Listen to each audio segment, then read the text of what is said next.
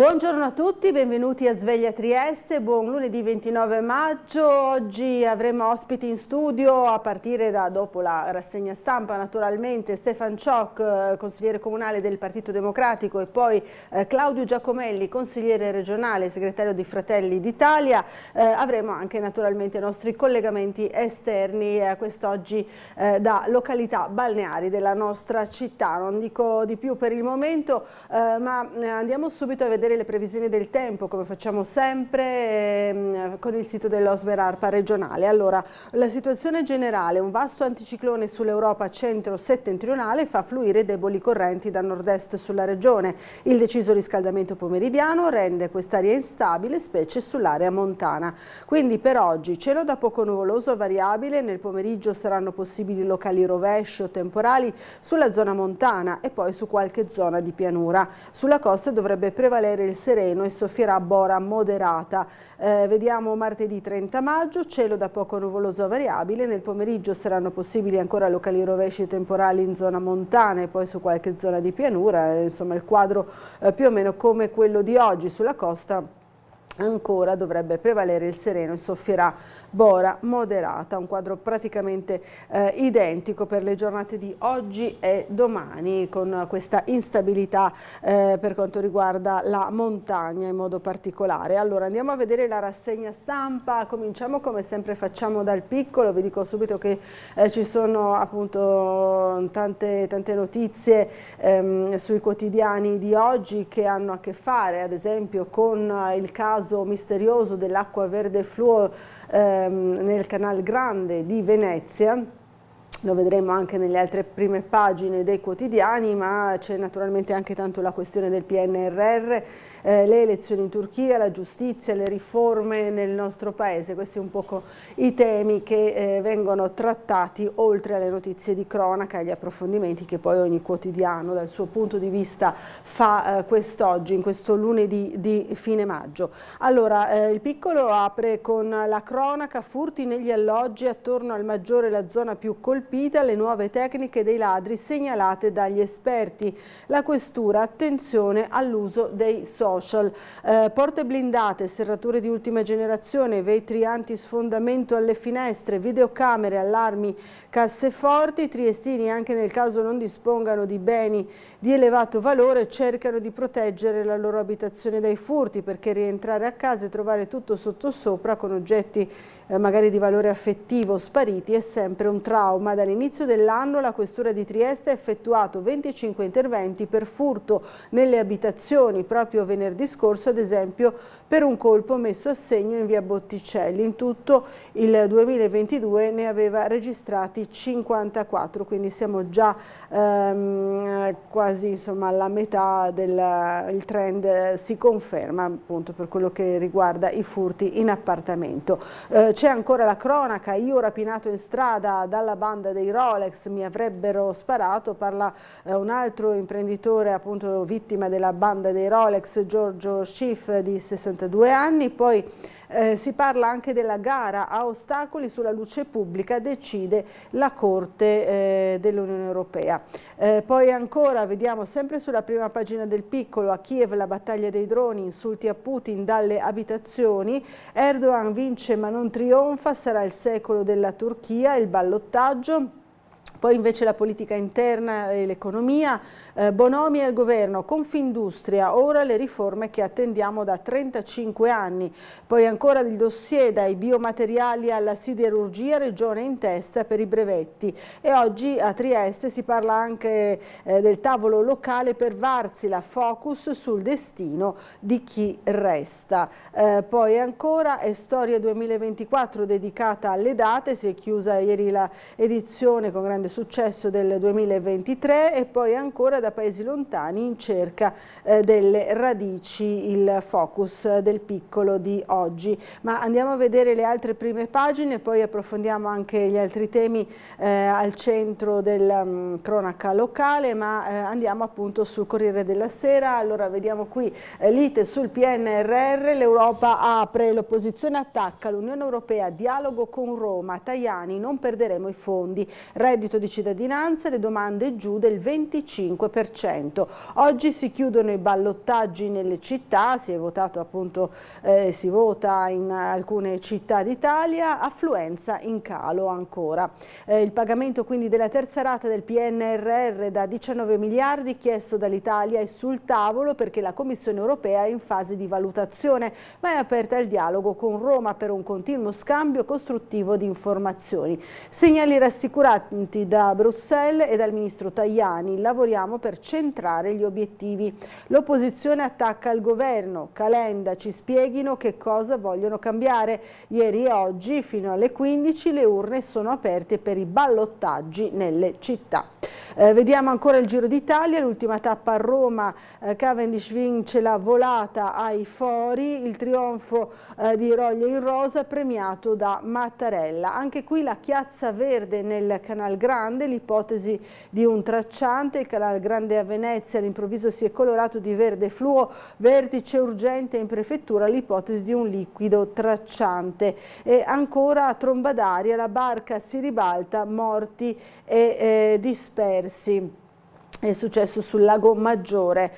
Poi il data room oggi di Milena Gabanelli, che andremo poi a vedere nelle pagine interne, parla di quei pendolari in fuga dai treni, pendolari quotidiani, ostaggi di treni che per un motivo o per un altro di arrivare in orario non ne vogliono sapere. Ma cosa c'è dietro? Convogli diesel, il 43% con più di 15 anni, a binario unico, così ogni giorno 700.000 lavoratori rifiutano di salirci e scelgono evidentemente altri mezzi per spostarsi. La Turchia sceglie ancora Erdogan, altri 5 anni, il voto, sconfitto appunto il suo avversario. Allora andiamo a vedere la Repubblica, giù le mani dai giudici, questo è invece il titolo che ha scelto Repubblica oggi. Dopo l'attacco del governo alla Corte dei Conti, il procuratore generale Canale replica: siamo un presidio di democrazia, ma il sottosegretario Freni rilancia: cambiamo il controllo sulle spese, meglio l'Europa. Bonino, aggredito lo Stato di diritto. Fratelli d'Italia in trincea, la fiamma nel simbolo resta. Weber in missione a Roma. Cara Rai, ricordati, sei dei cittadini, non dei partiti, è il commento di Michele Serra oggi su Repubblica. Poi anche qui il Canal Grande verde è un mistero, sorpresa Venezia, gli ecoattivisti, non è responsabilità nostra. La Turchia sceglie di nuovo Erdogan. Andiamo a vedere La Stampa, Corte dei Conti, meno poteri, un attacco alla democrazia. Anche qui si è scelto appunto questa vicenda per il primo titolo, il titolo d'apertura del giornale, della Stampa. Allora il presidente di Confindustria Bonomi al governo dice: riforme ferme, il PNRR va modificato. Intervista al procuratore generale Canale invece sulla questione Corte dei Conti: c'è disagio, noi tuteliamo i cittadini. Ancora Don Milani, Roccella e la lezione di civiltà, contestare legittimo ma ascoltando gli altri, il commento di Vladimiro Zagrebelski. Ancora il sultano Erdogan è di nuovo sul trono, ora si apre il secolo della mia Turchia. Le amministrative in Italia invece, comunali, l'affluenza sempre più in calo, Meloni piglia tutto nel silenzio di Schlein. E poi ancora l'ultima sera di Fazio, la Rai è di tutti noi. Per quanto riguarda l'informazione, ancora Rossella, la destra vuole una TV di regime.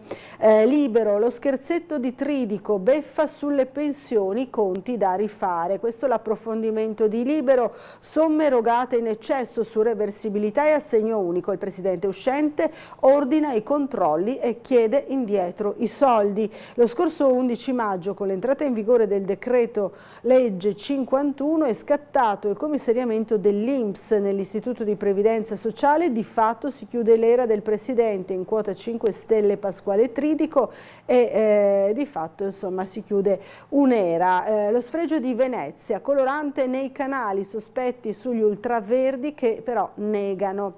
sono i poliziotti le vere vittime della violenza, parla il colonnello Paternò. Andiamo a vedere il giornale, smentiti i gufi del PNRR, il governo fissa le tappe, modifiche entro agosto, da Bruxelles tutti i soldi previsti, anche Tajani ottimista. Tromba d'aria sul Lago Maggiore, qui la notizia di cronaca, barca si ribalta, un morto e 3 dispersi. Fazio, ultimo delirio, Roma come Ankara, terrorismo da sinistra, questa è l'interpretazione del giornale. Ancora il Fatto Quotidiano invece sceglie tutt'altro argomento.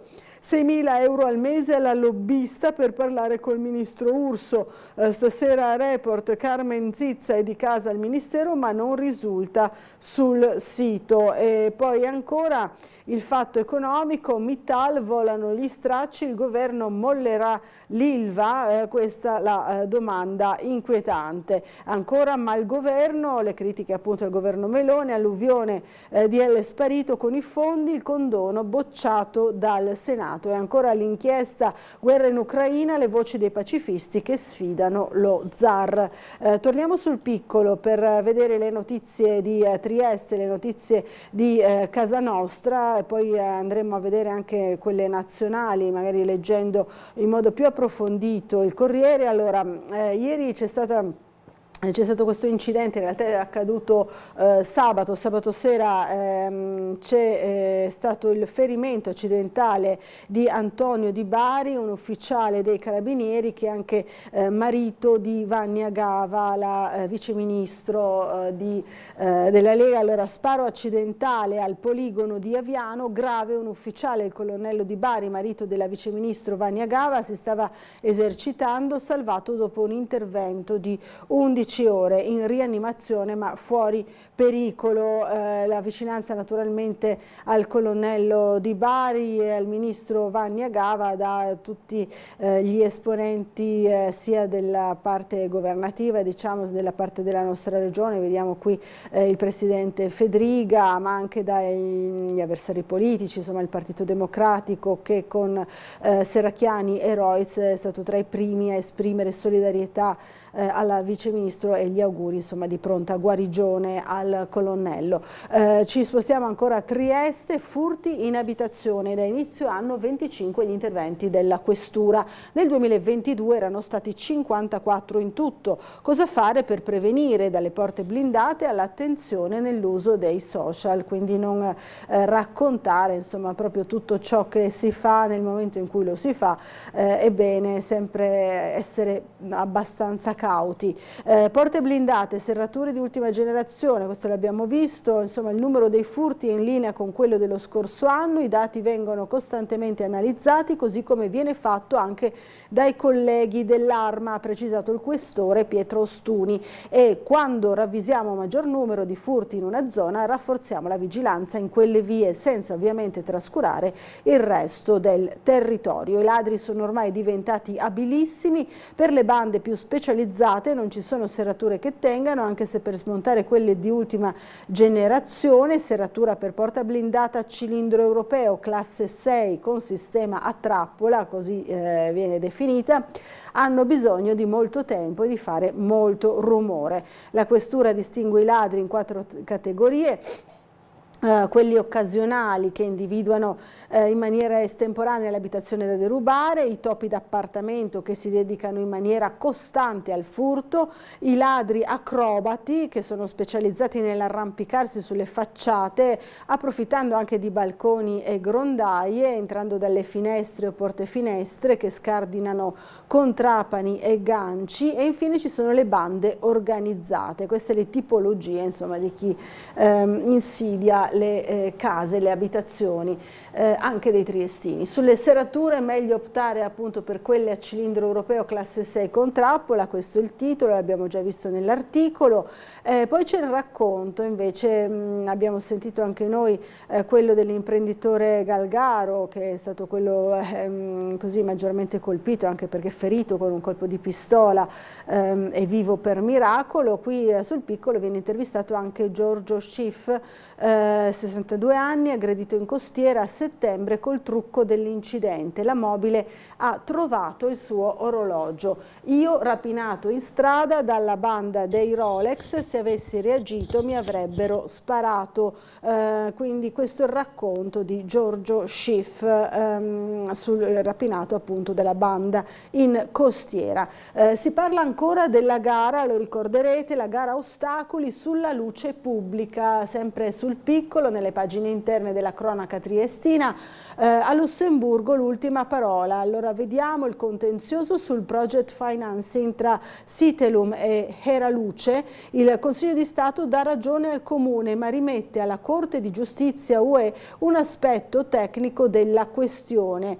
Allora, l'illuminazione pubblica triestina avrà bisogno dei lumi di Lussemburgo per un'ordinanza del Consiglio di Stato, perché un'ordinanza del Consiglio di Stato rimetterà alla Corte di Giustizia europea una questione interpretativa sollevata dagli avvocati di Heraluce in merito a un articolo del Codice degli Appalti vigente, l'articolo 183,15 del decreto legislativo 50 del 2016. La vicenda verte sull'aspetto normativo procedurale piuttosto tecnica. Davanti ai giudici di Palazzo Spada pendeva il fascicolo relativo al project financing promosso dal Comune per garantire il servizio di luce pubblica nei prossimi 13 anni. 71,7 milioni il valore della concessione, 30 milioni di investimenti, oltre ai lampioni, semafori, luminari e addobbi natalizi. La proposta scelta dal Comune per fissare i criteri di gara è risultata quella di Citelum, allora azienda di EDF, oggi di Edison. Decisione contestata da Heraluce che l'ha impugnata in sede di giustizia amministrativa, soccombendo davanti al TAR e, come vedremo, in appello anche al Consiglio di Stato. Insomma, questa è la vicenda piuttosto tecnica in cui però ci sono anche in ballo alcuni posti di lavoro, ne abbiamo parlato più volte anche noi nei nostri servizi. Oggi c'è l'assemblea di Esatto, per la presidenza c'è una sfida tra De Sanctis e Slokar all'interno della Lega, quindi quella di oggi sarà la giornata decisiva per la presidenza di Esatto tra appunto Giorgio De Sanctis, consigliere comunale muggesano, imprenditore, e Danilo Slokar, ex consigliere regionale ed esponente del Consiglio d'amministrazione di Finest. Spetterà alla Lega la nomina, mentre per il presidente uscente l'avvocato Andrea Polacco di Forza Italia si profila una permanenza nel Consiglio d'amministrazione, verosimilmente come vicepresidente. Allora, noi ieri ci siamo occupati invece della questione della rotta balcanica, intervistando il prefetto di Trieste, Signoriello, proprio sulla questione dell'attenzione particolare che viene messa in questo periodo agli arresti di Passer, che sono raddoppiati se confrontiamo appunto i primi mesi di quest'anno rispetto a tutto l'anno passato. E allora rivediamo il nostro servizio. Il prefetto parla anche dell'operazione Hotspot. Vediamo. L'attenzione è sempre particolarmente alta. Mi piace ricordare che l'opera delle forze di polizia è molto solerte. Soltanto nei primi 4 mesi di quest'anno abbiamo avuto 35 interventi con arresti di Passer. Se pensiamo che in tutto l'anno 2022 ce n'erano stati 32, quindi è chiaro che insomma è un fenomeno che è particolarmente consistente, e però la risposta è altrettanto consistente, l'attenzione è molto alta. Nei primi 4 mesi del 2023 a Trieste sono finiti in manette più Passer che in tutto l'anno passato. Il prefetto di Trieste, Pietro Signoriello, sottolinea però anche la risposta delle forze di polizia al fenomeno del traffico di esseri umani lungo la rotta balcanica. Quanto all'annunciata operazione Hotspot, il prefetto di Trieste precisa. Stiamo lavorando d'intesa con gli altri prefetti della regione per l'individuazione di un punto dove poter realizzare un punto di crisi che dovrà essere un come dire, punto ad alta rotazione che consenta sostanzialmente le prime attività di accoglienza, identificazione e eventuale insomma, presentazione delle richieste di protezione internazionale e poi smistamenti continui su tutti gli altri centri di accoglienza del territorio nazionale. Non abbiamo ancora come dire, chiuso il cerchio, spero di poter dare notizie a breve. Allora, queste le parole del prefetto, ora invece ci colleghiamo con la sala operativa della Polizia Locale per vedere qual è la situazione del traffico in città, quali sono le segnalazioni in questo lunedì di ripresa. Abbiamo l'ispettore capo Lionello Schillani al telefono, buongiorno. Sì, buongiorno a lei e a tutti i telespettatori.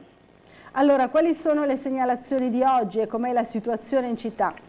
La situazione al momento è tranquilla, il traffico è scorrevole, abbastanza scarso visto l'ora mattutina, andrà via via aumentando, naturalmente il picco è sempre previsto per le ore 9, con dei rallentamenti su via di Miramare in entrata a città. Per quanto riguarda le segnalazioni dei lavori, oggi iniziano dei lavori di asfaltatura sulla via San Bortolo, quindi sarà interessata via San Bortolo, via Pararole, via Boveto. Questa strada verrà chiusa dalle 8 fino alle 18:30 appunto per permettere questi lavori di asfaltatura, e questi dovrebbero durare una settimana, quindi chi dal rione di Greta vuole scendere verso via di Miramare troverà la strada interdetta, ci sono le segnaletiche e le deviazioni in atto.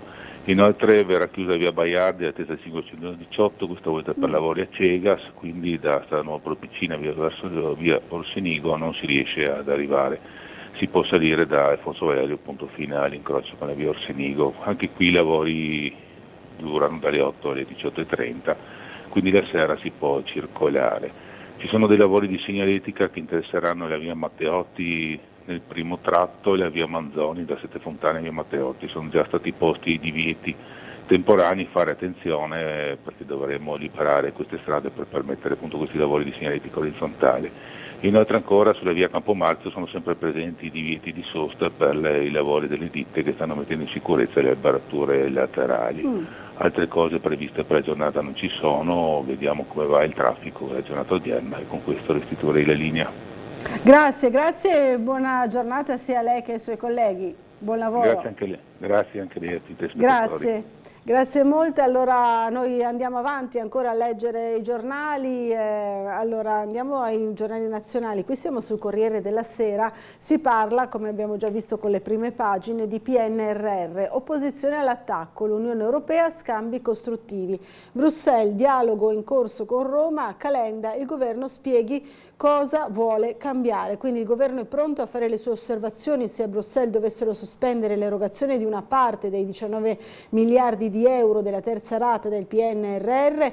Dalla Commissione UE arrivano però segnali rassicuranti sulla distribuzione delle risorse legate al Piano Nazionale di Ripresa e Resilienza. I lavori di valutazione della Commissione sulla terza richiesta di pagamento dell'Italia sono ancora in corso, specifica un portavoce dell'esecutivo UE, aggiungendo che proseguono gli scambi costruttivi con le autorità italiane e, ove necessario, vengono fornite ulteriori informazioni. Comunicheremo la conclusione della nostra valutazione non appena avremo raggiunto questa fase. Questa è la notizia che campeggia un po' in tutti i quotidiani quest'oggi. Avremo tutti i fondi, lavoriamo per centrare gli obiettivi del piano, così dice il ministro Tajani. La flessibilità è giusta, dice, alla RAI nomine di qualità. In questa lunga intervista del Corriere della Sera.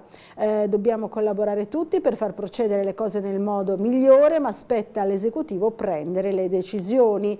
Per quanto riguarda la questione Cina, dice Tajani, stiamo valutando l'accordo con la Cina e ci sarà una decisione, ma non è la via della seta a regolare i nostri rapporti. Quindi si parla anche di un argomento che interessa in modo particolare anche il nostro porto, come un po' tutti gli scali italiani. I 7 ballottaggi nelle città, ma l'affluenza è in forte calo, si dà conto delle elezioni in alcune città importanti, Vicenza, Massa, Pisa, Ancona, Siena, Terni, Brindisi, i ballottaggi appunto per l'elezione dei sindaci, e qui vediamo tutti gli scontri principali che sono in corso oggi fino alle 15. Poi ancora vediamo la stretta e poi le richieste a picco, fuga del reddito di cittadinanza, c'è questo tipo di analisi, quindi calo del 25%, incidono i controlli e l'effetto annuncio, più colpiti i single ma senza figli, quindi il reddito di cittadinanza era più efficace dei sussidi che lo sostituiranno, cioè l'assegno di inclusione e il supporto per la formazione e il lavoro, ha sentenziato Pasquale Tridico, padre della misura, e proprio per questo silurato dalla presidenza dell'INPS dal governo Meloni.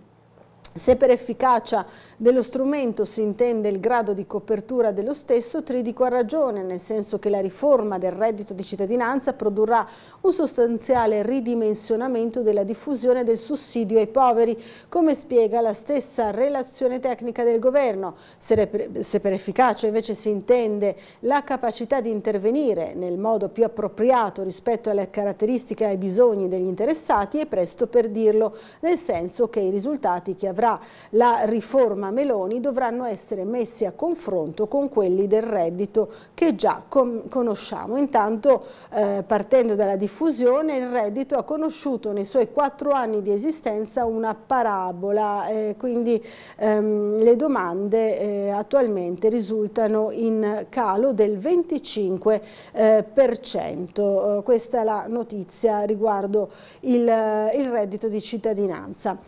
L'ultimo sipario su Fazio in Rai, sono stati 40 anni bellissimi, l'ovazione e il commosso grazie, da Littizzetto un bello ciao rivolto al leader leghista. E poi il neodirettore dei GR Francesco Pionati dice: Annunziata sbaglia, ha usato parole da leader politico. L'attore Luca Barbareschi: io difendo le donne, chi mi accusa cerca solo pubblicità. Insomma, i vari protagonisti del dibattito riguardo la televisione in questi giorni. Poi non toccherei il ruolo del capo dello Stato, riforme, i paletti di Salvini, Bonomi, ora si intervenga su giustizia, fisco e lavoro. Andiamo ancora ad altre notizie, sempre sul Corriere della Sera, notizie di carattere internazionale. Erdogan vince ancora, la famiglia è sacra, adesso il secolo turco, terzo mandato col 52,1% per il leader che distribuisce soldi ai seggi e attacca i gay. Questa è la Turchia oggi. Poi ancora, da venditore di ciambelle a camaleonte del potere, l'autoritarismo, la casa da 1000 stanze e gli scherzi telefonici, insomma qualche nota di cosiddetto colore giornalistico in questo articolo che dipinge insomma la figura del leader turco. Poi invece ci spostiamo in Ucraina. Kiev sotto i droni, l'attacco più duro. In una notte i colpi di 54 velivoli russi forniti da Teheran, e Zelensky fa scattare le sanzioni contro gli ayatollah. La città resiliente ha perso la paura, cori dai balconi per insultare Putin.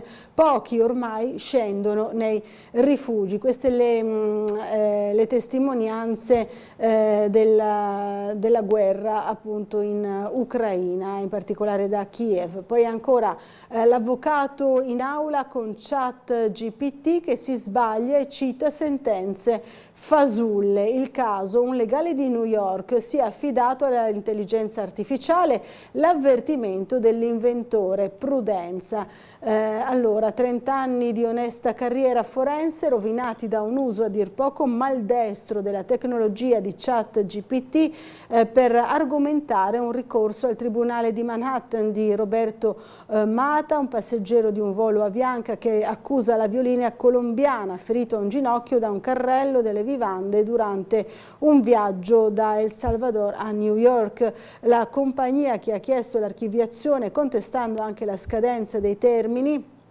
Il caso è del 2019, l'avvocato di Mata, Steven Schwartz, ha replicato seppellendo la Bianca sotto una marea di precedenti nei quali le corti hanno dato ragione ai passeggeri respingendo le obiezioni della Violine. Non avendo trovato riscontro dei casi citati e incalzato dai legali della Bianca, il giudice Kevin Castle ha chiesto a Schwartz gli estremi dei casi. L'avvocato, che si era ciecamente affidato a ChatGPT per istruire il caso, ha interrogato di nuovo l'intelligenza artificiale che gli ha fornito le date dei procedimenti, ha indicato i tribunali che si sono pronunciati, ha fornito persino il numero delle sentenze. Anche così però il giudice non trovava nulla. Davanti alle richieste di esibire il testo integrale degli atti citati, ChatGPT ha finalmente ammesso di aver inventato. Si è anche detta sinceramente dispiaciuta per il disturbo arrecato. È sicuramente un caso che farà discutere sull'uso appunto dell'intelligenza artificiale, una notizia curiosa. Allora ci dobbiamo fermare per una breve pausa pubblicitaria, ci rivediamo subito dopo, ancora con la rassegna stampa.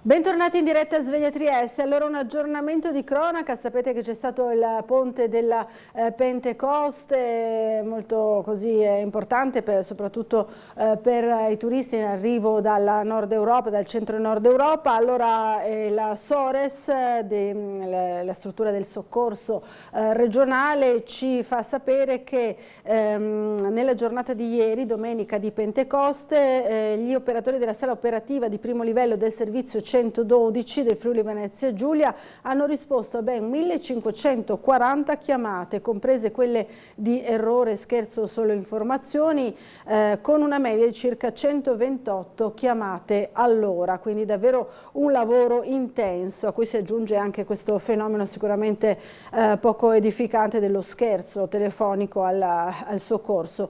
Ci sono, rispetto alla giornata di domenica scorsa, sono arrivate quindi 72 chiamate in meno. Si è percepito in ogni modo un lieve e costante aumento delle chiamate in arrivo vista l'apertura della stagione turistica. 310 sono state transitate all'emergenza sanitaria, 88 ai vigili del fuoco, 280 alle forze dell'ordine, 861 chiamate non transitate in quanto di errore, scherzo o informazioni, una invece alla Capitaneria di Porto di Trieste. Per quanto riguarda le località di mare, le chiamate sono state 113 a Legnano Sabbiadoro, 31 a Grado e anche 56 a San Michele al Tagliamento Venezia, insomma dal vicino Veneto, quindi è arrivata anche più di qualche chiamata. Quindi questa è la situazione, il grande lavoro che ha fatto la centrale operativa di Palmanova. Allora torniamo anche a parlare fra poco dei turisti, questa volta in città, che abbiamo sentito in particolare nel castello e nel parco di Miramare, ma andiamo a vedere invece una tragedia che si è consumata a Varese sul lago Maggiore. Il battello si ribalta sul lago, 2 turisti morti e 2 dispersi. Varese, la barca travolta da una tempesta, si salvano in 21, molti nuotando fino a riva. 2 corpi senza vita recuperati dai sommozzatori, 2 persone ancora disperse in nottata, una causa che risulta oggettiva, il maltempo e una tempesta che ha provocato il rovesciamento di una barca turistica del Lago Maggiore, ma anche un dubbio, punto di partenza delle inchieste della Procura di Busto Arsizio. Forse chi manovrava il mezzo, proprio in considerazione dell'evidente peggioramento del cielo, sarebbe dovuto rientrare a riva prima. Questo è il dubbio terribile che aleggia su questa tragedia, forse appunto evitabile. Andiamo sempre sul Corriere della Sera, un'altra località importantissima dell'Italia per quanto riguarda il turismo. La sorpresa nel Canal Grande, l'acqua diventa verde fluo. Vediamo queste immagini, le abbiamo viste anche su altri quotidiani, davvero impressionanti, di questo colore particolare del Canal Grande in questi giorni. Questa è la sorpresa. Venezia, gli ambientalisti dicono non centriamo, l'ipotesi incidente è una sostanza tracciante. Si tratterebbe di un prodotto usato dagli idraulici per tracciare le perdite delle condutture. La chiazza potrebbe essere opera dimostrativa di un gruppo di ambientalisti, anche se non c'è stata nessuna rivendicazione, quindi in questo caso non dovrebbe trattarsi di questo, però le indagini sono in corso. È successo ieri alle 8:50 del mattino, quando il Canal Grande a Venezia, all'altezza del ponte di Rialto, ha cambiato completamente colore. Qui vediamo di spalla anche il caso di Aviano, ne abbiamo già parlato, si ferisce al poligono grave il marito di Vania Gava, viceministra della nostra regione, del Pordenonese. Allora, dicevo appunto, noi ieri abbiamo sentito anche molti turisti all'interno del comprensorio di Miramare per visitare castello, parco, eccetera, anche alcuni provenienti da crociere. Allora sentiamo qual è stato il giudizio che hanno dato della nostra città. Veniamo da Milano, siamo un gruppo di amiche e facciamo un fine settimana lungo perché non conoscevamo Trieste e ci mancava. Dobbiamo dire splendida città. Italiani e stranieri, gruppi di amiche e intere famiglie, croceristi e viaggiatori di passaggio. In questo weekend di fine maggio, che coincide con la festività della Pentecoste, Trieste fa il pienone di turisti e la meta più visitata è sicuramente Miramare, con il castello e il parco. Questo castello è meraviglioso, l'arte, proprio l'arte che c'è. C'era già stata al castello di Miramare? Sì, tanti anni fa, tante volte, io sono di qua, sì. Viene spesso a Trieste a visitare? Ma diciamo ultimamente, in questi ultimi anni non spesso, però in passato quando ero più giovane sì. Questa turista ungherese resterà a Trieste solo poche ore perché alloggia in Croazia, ma era un suo grande desiderio quello di poter visitare il castello di Miramare. Abbiamo incontrato anche una famiglia slovena a Trieste solo per un giorno. Dopo Miramare visiteranno anche il centro passando per il lungomare.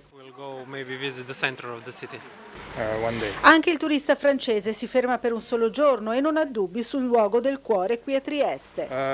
Castello di Miramare. Bella, non ce l'aspettavamo così, dire il vero, pensavamo che fosse meno vivibile, più piccola, invece no, è vivibile, è allegra come città, ci è piaciuta molto. Molto pulita, l'abbiamo trovata bellissima, simpaticissima, con tanta movida che piace anche a me. Una città splendida, consiglio a tutti di venirla a vedere. Noi veniamo dalla provincia di Taranto, Puglia. In realtà noi una giornata perché viaggiamo con una nave da crociera, però ci siamo ripromesse di ritornarci, sicuramente lo faremo. Se non quest'anno, il prossimo di sicuro. Stiamo pensando di trasferirci. Sì, stupenda. Allora, torniamo dalle parti di casa nostra, o perlomeno qui vicino, ci spostiamo nell'Isontino con la prima pagina del Piccolo, edizione di Gorizia. Vediamo che si dà conto della conclusione con grande successo di Storia, che chiude a quota 35.000, Barbero la star. Qui vediamo alcune scene insomma, della manifestazione quest'anno dedicata alle donne. Poi bollette della Tari più care del 5%, oggi in consiglio a Gorizia. Per le utenze domestiche l'aumento arriva al 6,5%. L'assessore Beltrame dice poteva andare peggio. Già il titolo della delibera dice tutto, si parla di presa d'atto del piano economico-finanziario validato dall'AUSIR, l'autorità unica per i servizi idrici e rifiuti. In sostanza il Consiglio Comunale nella seduta odierna, che inizierà alle 16, sarà chiamato a dare il via libera alla Tari, la tariffa rifiuti per l'anno 23. Presa d'atto, dicevamo, come a dire questo è lo scenario e questo devi o dovresti approvare. Con i goriziani alle prese con nuovi aumenti, purtroppo poteva andare anche peggio, sottolinea Lucio Beltrame, assessore comunale al bilancio, che illustrerà in aula la delibera. Si parla di Gorizia. Torniamo invece a Trieste, dunque a giudizio il leader del terrorismo libanese George Ibrahim Abdallah è accusato di aver organizzato il trasporto trasporto di un carico di esplosivo intercettato a Opicina nel 1984. Dopo 39 anni parte il processo allo storico attivista delle FARL.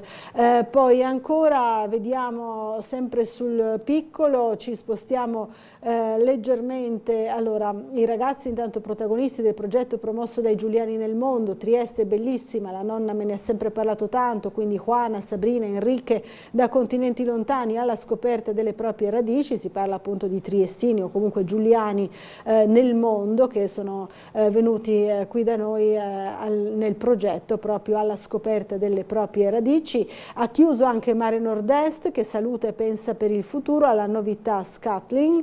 E poi ancora andiamo a vedere a Muggia, ecco qui gestione quinquennale per i campi da tennis comunali, manifestazioni di interesse da presentare entro il 5 giugno, poi la procedura per l'affidamento, il valore complessivo della concessione pari a 400.000 euro. Quindi dopo lo stadio di calcio Zaccaria, anche per gli impianti comunali di tennis si va verso una concessione pluriennale. Il Comune di Muggia intende infatti procedere in questa direzione. Per farlo ecco un'indagine di mercato finalizzata all'acquisizione di manifestazioni di interesse per partecipare alla successiva procedura per l'affidamento quinquennale pari a 60 mesi in concessione dei servizi della gestione dei campi da tennis comunali che fanno parte dell'impianto sito in località Piasò. Quindi di questo si parla per quanto riguarda Muggia, dove però oggi ci sarà anche l'apertura ufficiale per il nuovo infopoint turistico. L'appuntamento con la cerimonia nella sala Negrisini, il cui ingresso si trova sotto la loggia del Palazzo Municipale di Piazza Marconi. È previsto alle 13, sarà questo il 20° infopoint in regione a essere gestito direttamente da Promoturismo FVG. Quindi questo è l'appuntamento di oggi per quanto riguarda Muggia. Allora andiamo a vedere ancora il Corriere della Sera. Qui si parla della cronaca italiana e in particolare del disastro in Emilia Romagna. Da Ligabue e Elisa Lestari in concerto per la Romagna. Salvini sul commissario si faccia in fretta per appunto ripristinare tutte le strade, le case, insomma tutto ciò che è stato danneggiato dal maltempo.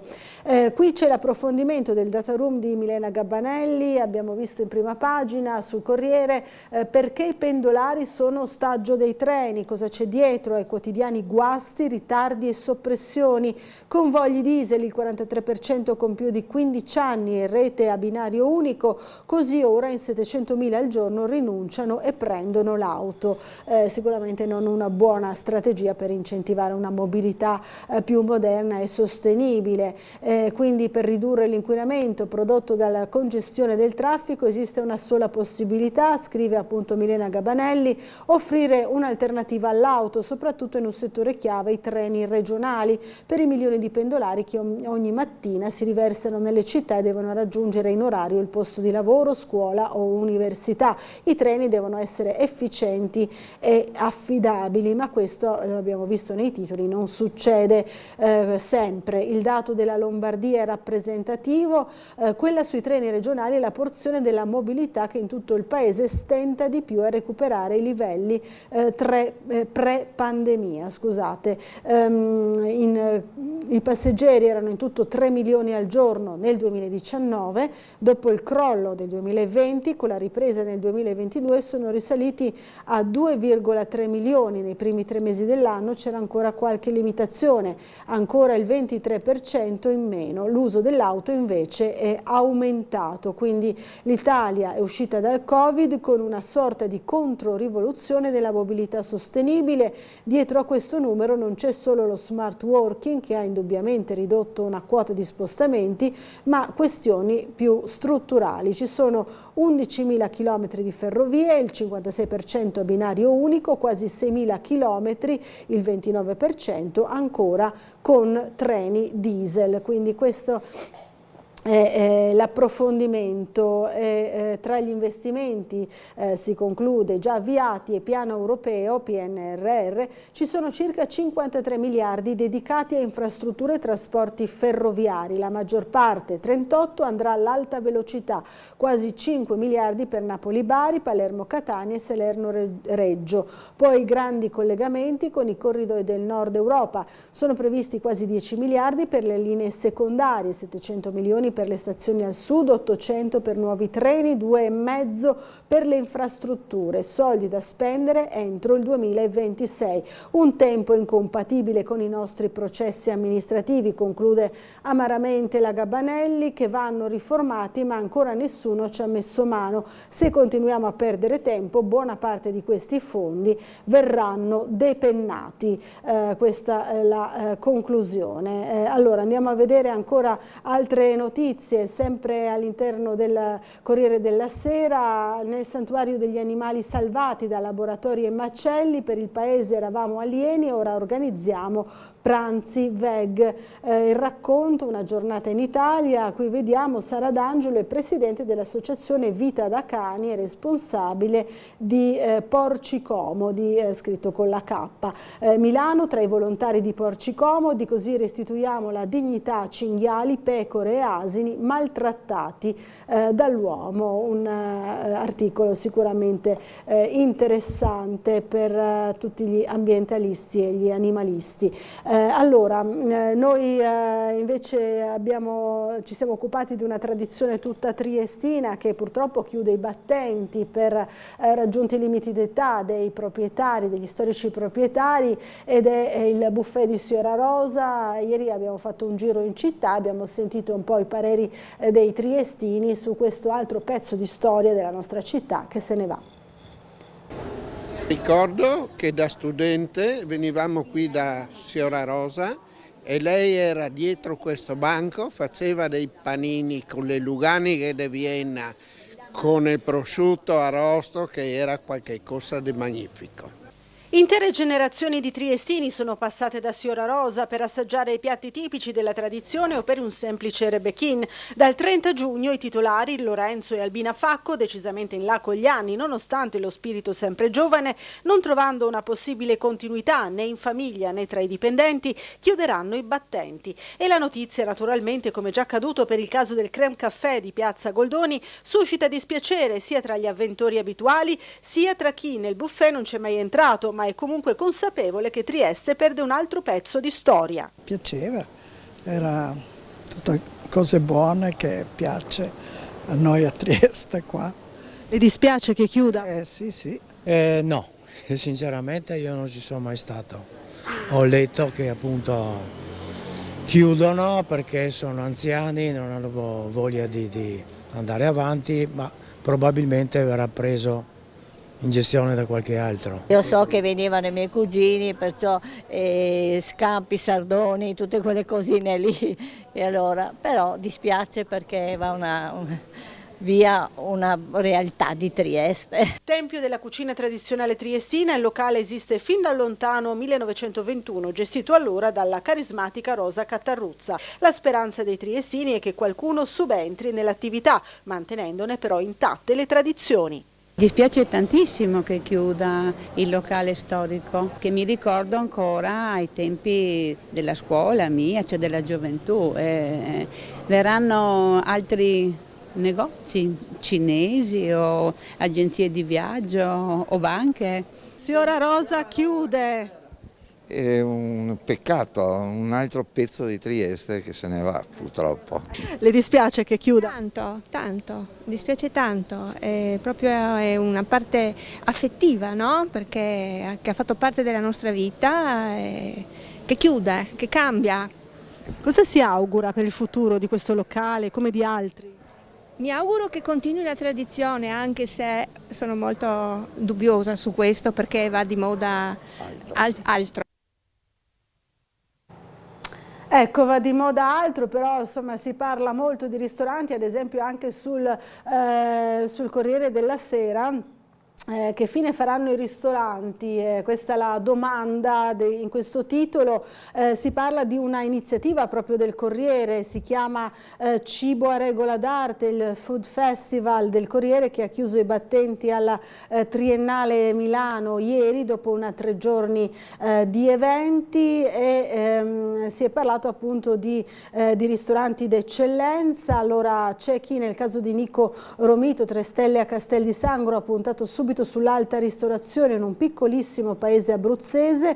C'è chi invece, come Antonia Klugman, l'Argine a Vencò, 1 stella ad Olegna del Coglio, ha conquistato la propria meta step by step, e chi, vedi Enrico Crippa, 3 stelle al Piazza Duomo di Alba, ha cambiato la sua cucina proponendo oggi un solo menù degustazione che segue i ritmi dell'orto e dei fornitori, non più viceversa.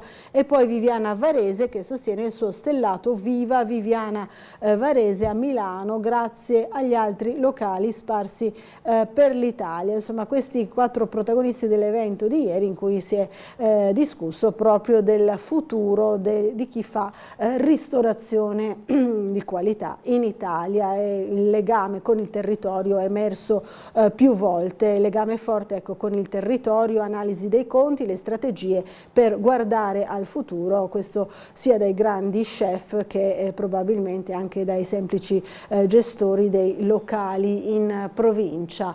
Allora, torniamo invece sul piccolo, vediamo alcune notizie internazionali. Abbiamo già visto la Turchia, resta di Erdogan, vittoria storica per il presidente, al potere per altri 5 anni, sarà il nostro secolo, dice. Sostenitori in festa a Istanbul, lo sfidante si ferma sotto il 48%, il sultano dalle 1000 vite tra golpe, guerre e rivolte. Poi invece a Kiev, notte di droni, la capitale per ore sotto il fuoco dei russi, respinti quasi tutti gli attacchi, insulti a Putin dai balconi, un deputato: niente NATO finché c'è la guerra. Lukashenko riappare con un messaggio e offre a chi entra nell'alleanza armi nucleari. Il dittatore bielorusso in un'intervista dopo le voci del ricovero nella capitale russa. Ancora da Milošević a Mladić, così 30 anni fa l'ONU accese un faro sui crimini di guerra. Si parla di un'altra guerra, evidentemente. Fu istituito nel maggio del 93 il Tribunale internazionale incaricato di vagliare i fatti accaduti nei territori della ex Jugoslavia. Attivo fino al 2017, l'organismo ha incriminato 161 persone, 90 sono state condannate. La prima corte di questo tipo dopo i processi di Norimberga e Tokyo del secolo scorso. In crescita gli investimenti stranieri su Lubiana, Zagabria e Belgrado. Uno studio del fondo Silicon Gardens ha analizzato le società attive nel settore tecnologico, start-up in Serbia, ecosistema in sviluppo. Ci spostiamo ad Abbazia, facciate, impianti, stucchi e colonne. Villa Angiolina rinasce dopo il restauro. Ad Abbazia terminati i lavori sullo storico edificio che ospita il Museo del Turismo croato, ora avanti con parco e vivaio. E ancora a Pola, Tecnomont costruisce le navi per la polizia cipriota. Lo stabilimento navalmeccanico, dopo il varo di una motovedetta, entro l'anno ne verranno realizzate altre 2. Insomma, si riprende un po' il cantiere navalmeccanico di Pola. Allora, andiamo ancora a vedere tutte le possibili opzioni per la pace in Ucraina e il commento invece di Francesco Morosini all'avvio dell'operazione militare speciale di Putin nel febbraio del 2022. La guerra in Ucraina è entrata da protagonista nella storia geopolitica del XX secolo. Autorità morali come il Vaticano e potenze ascendenti nella gerarchia dei poteri globale come la Cina ne temono gli effetti, quasi fosse un'onda anomala dalle ricadute globali, quindi si pongono come intermediari per possibili accordi di pace o almeno per una tregua, vedendovi una possibile premessa per congelare, se fosse inattuabile porvi fine, le ostilità. L'Unione Europea qui si è posta fuori gioco, leggendosi esclusivamente parte co-belligerante, anche se qualche carta diplomatica avrebbe potuto giocarla. Questo è l'avvio, l'attacco, insomma, di questo commento interessante sulla guerra in Ucraina. Ancora sempre sul piccolo, ancora la tragedia sul lago, l'abbiamo letto già sul Corriere, una barca con 23 turisti a bordo si ribalta sul lago Maggiore a causa di una tromba d'aria, 4 dispersi e un morto. Fontana: seguo con apprensione il lavoro delle squadre di soccorso. Andiamo a vedere il sito invece di Trieste Prima, che cosa propone. Ancora qui lo sparo accidentale al poligono, ferito il colonnello dei carabinieri marito del viceministro Vanni Agava. C'è un approfondimento, una curiosità storica: quando dal triestino era un emporio a New York, la storia di un ponte tra Trieste e gli USA. Poi ancora il caso Resinovic, il 5 giugno si decide e poi è stato organizzato il sit-in davanti al tribunale. Noi ci siamo occupati proprio di questa notizia nel telegiornale di ieri, allora possiamo rivedere insieme il nostro servizio. Lunedì 5 giugno il GIP del Tribunale di Trieste deciderà sulla richiesta di archiviazione del caso Resinovic. Per quel giorno familiari e amici della donna organizzano un sit-in davanti al Tribunale. Lo annuncia il fratello di Liliana, Sergio, in un post pubblicato su Facebook che recita: familiari, amici e conoscenti saranno presenti davanti al Tribunale alle ore 8:30 per portare con la loro silenziosa testimonianza la volontà e il desiderio che venga resa verità e giustizia per Lilli. Mezz'ora dopo, alle 9, sempre di lunedì 5 giugno, è fissata l'udienza a porte chiuse in Camera di Consiglio. Il giudice per le indagini preliminari, Luigi Dainotti, si esprimerà sul caso della morte di Liliana Resinovic, la 63enne triestina sparita da casa il 14 dicembre 2021 e rinvenuta a cadavere il 5 gennaio seguente all'interno del parco dell'ex ospedale psichiatrico di San Giovanni.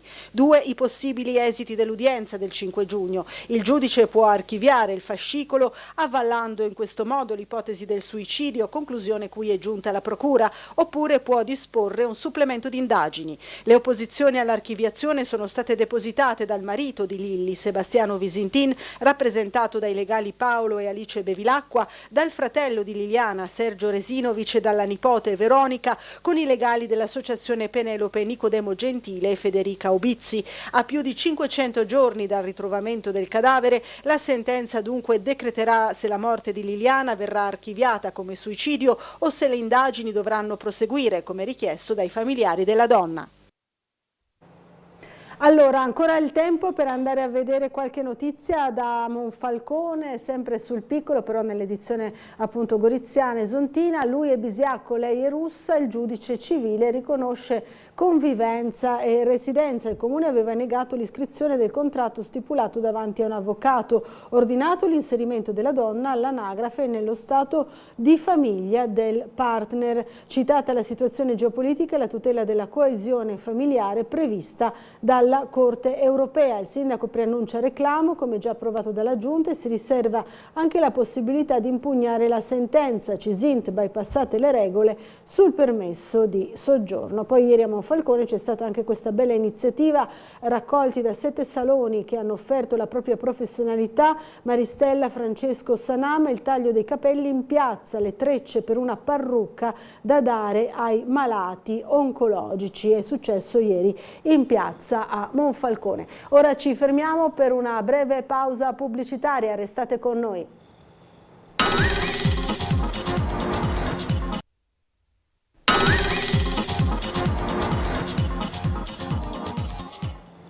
Allora, bentornati a Sveglia Trieste, siamo in compagnia di Stefan Ciocc, consigliere comunale del Partito Democratico. Buongiorno, bentornato a trovarci qui alla nostra trasmissione del mattino. Oggi però vedrà nuovi collegamenti in esterna con il nostro Gianluca Paladin. Prima saremo a San Giacomo, poi ci sposteremo, insomma lo vedo già pronto. Allora diamogli subito la linea, diamo subito il buongiorno a Gianluca Paladin da quelli di San Giacomo. Buongiorno. Buongiorno Laura, buongiorno anche al tuo ospite Stefan Ciocc. Sì, esatto, siamo nel rione di San Giacomo, un luogo spesso visitato anche un po' per sentire, no, il clima che si respira in città, un rione popoloso dove abitano molti triestini, ovviamente triestini doc, quindi insomma anche l'occasione un po' per chiedere le preoccupazioni della gente e tutto quello che ne concerne. Come potete vedere la città si sta svegliando, gli autobus arrivano, la gente si prepara ad affrontare la propria propria giornata, e chi arriva appunto a comprare anche i giornali, quindi insomma, infatti noi siamo proprio di fronte all'edicola dove la gente appunto viene a prendersi il giornale, le notizie del giorno. Tra l'altro le avete viste anche tu, Laura, hai letto, no? Che c'è, non è un allarme in realtà quello dei furti negli appartamenti, però insomma c'è una bella pagina sul giornale Il Piccolo dove raccontano un po' dove i ladri ultimamente colpiscono di più a Trieste. Questa è una tematica e è risultato che nel 2022 hanno colpito soprattutto nella zona dell'ospedale Maggiore. Noi però andiamo da questa parte, andiamo un po' a sentire anche altre persone, vediamo se riusciamo a sentire il fruttivendolo per esempio, che vede tutto e sente tutto nelle giornate qui a San Giacomo, e lo saluto e lo ringrazio. Facciamo un passaggio con lui. Alberto, buongiorno. Innanzitutto, come è andato il risveglio questa mattina? Benissimo, una bellissima giornata, un po' ventilata, ma comunque è andata bene. Ho visto dal cartello fuori che vanno forte le ciliegie, giusto? Assolutamente sì, siamo in pieno cambio di stagione, di conseguenza in questo periodo iniziano a vendersi molto le ciliegie. Fino a qualche settimana fa erano solo spagnole, adesso iniziano a essere anche le ciliegie pugliesi nostrane. Quali sono le altre specialità da consigliare magari come verdura e frutta di stagione in questo periodo? I meloni sono molto dolci, iniziamo con le pesche, le albicocche sono buone, tutte cose che si mangiano d'estate al mare con semplicità, senza dover lavorare molto, dei pomodori oppure anche delle mozzarelle. Tutto ciò che è fresco, un'insalata veloce va benissimo sempre. Lei ha una clientela anche fissa, immagino, perché è il padrone di quest'area di San Giacomo praticamente. Quante volte ci siamo incontrati? Parolone comunque sì, diciamo che ho parecchi clienti, per cui vedo che consumano molto ultimamente frutta e verdura. Siamo in un cambio di periodo. Ci sono particolari esigenze alimentari da parte di cittadini che vi hanno raccontato ultimamente? C'è dei prodotti che comprano più spesso, magari guardando anche ai prezzi ovviamente? Un occhio ai prezzi soprattutto in questo periodo, perché tutto ciò che sta arrivando è veramente molto costoso, trovo molto caro, siamo su una media del 30-40% in più rispetto all'anno scorso su tanti prodotti. Speriamo solo perché siamo a inizio di stagione, dopo scalmieranno i prezzi e sì, andremo in linea con l'anno scorso, però al momento trovo che sia caro. Per quanto riguarda prezzi che possono essere ancora abbordabili, restano le zucchine, gli asparagi, che siamo sul finire di stagione, mentre per quanto riguarda un prezzo costante, salatina radicchio va sempre bene. C'è stato un problema con gli asparagi nella stagione che è appena trascorsa, vero? Assolutamente sì, in effetti per quanto riguarda noi abbiamo avuto difficoltà a trovare gli asparagi sempre della zona di Fiumicelle e Fossalon e abbiamo preso pugliesi, asparagi bianchi molto meno quest'anno, per cui quel pugliese tiene abbastanza. Gli asparagi bianchi sono quelli che un po' tutti cercano, giusto? Assolutamente sì, un asparago che tutti cercano, un po' più pregiato, un po' più costoso. Mi viene un'altra curiosità, prima ovviamente poi di lasciarti lavorare, ci sono particolari prodotti che verranno a mancare secondo lei, se dovessimo avvisare su questo tema? Ma forse le pesche, perché tutta la zona della Romagna è famosa per le pesche e sono buonissime, vi posso assicurare, secondo me avremo carenza. L'uva stessa, pesche, secondo me sarà difficoltoso quest'anno. Con la primavera inoltrata e con l'estate alle porte, cambia il rione di San Giacomo come clientela, come afflusso di persone? C'è qualche differenza rispetto all'autunno-inverno? Differenza rispetto all'inverno, diciamo che quando ho visto che ci sono molte persone anziane, le nonne tengono i nipotini, di conseguenza la piazza si gremisce di bambini che giocano e le nonne bevono il caffè, fanno la spesa, è molto più vivo durante l'estate rispetto all'inverno, questo sì, assolutamente. Una qualsiasi cosa che vorrebbe per San Giacomo, c'è un desiderio particolare, qualcosa che potrebbe portare ricchezza al rione? Che ci sia maggiore senso civico da parte di tante persone, soprattutto quelli che camminano con i cani, che lasciano le deiezioni ovunque, noi dobbiamo ogni mattina pulire e lavare, un po' più di senso civico gioverebbe a tutti, in assoluto. Ti ringrazio, un buon lavoro. Un buon lavoro, una buona giornata. Grazie. Aspetta che ti chiedo in diretta una cosa. Laura, tu hai visto questi prodotti,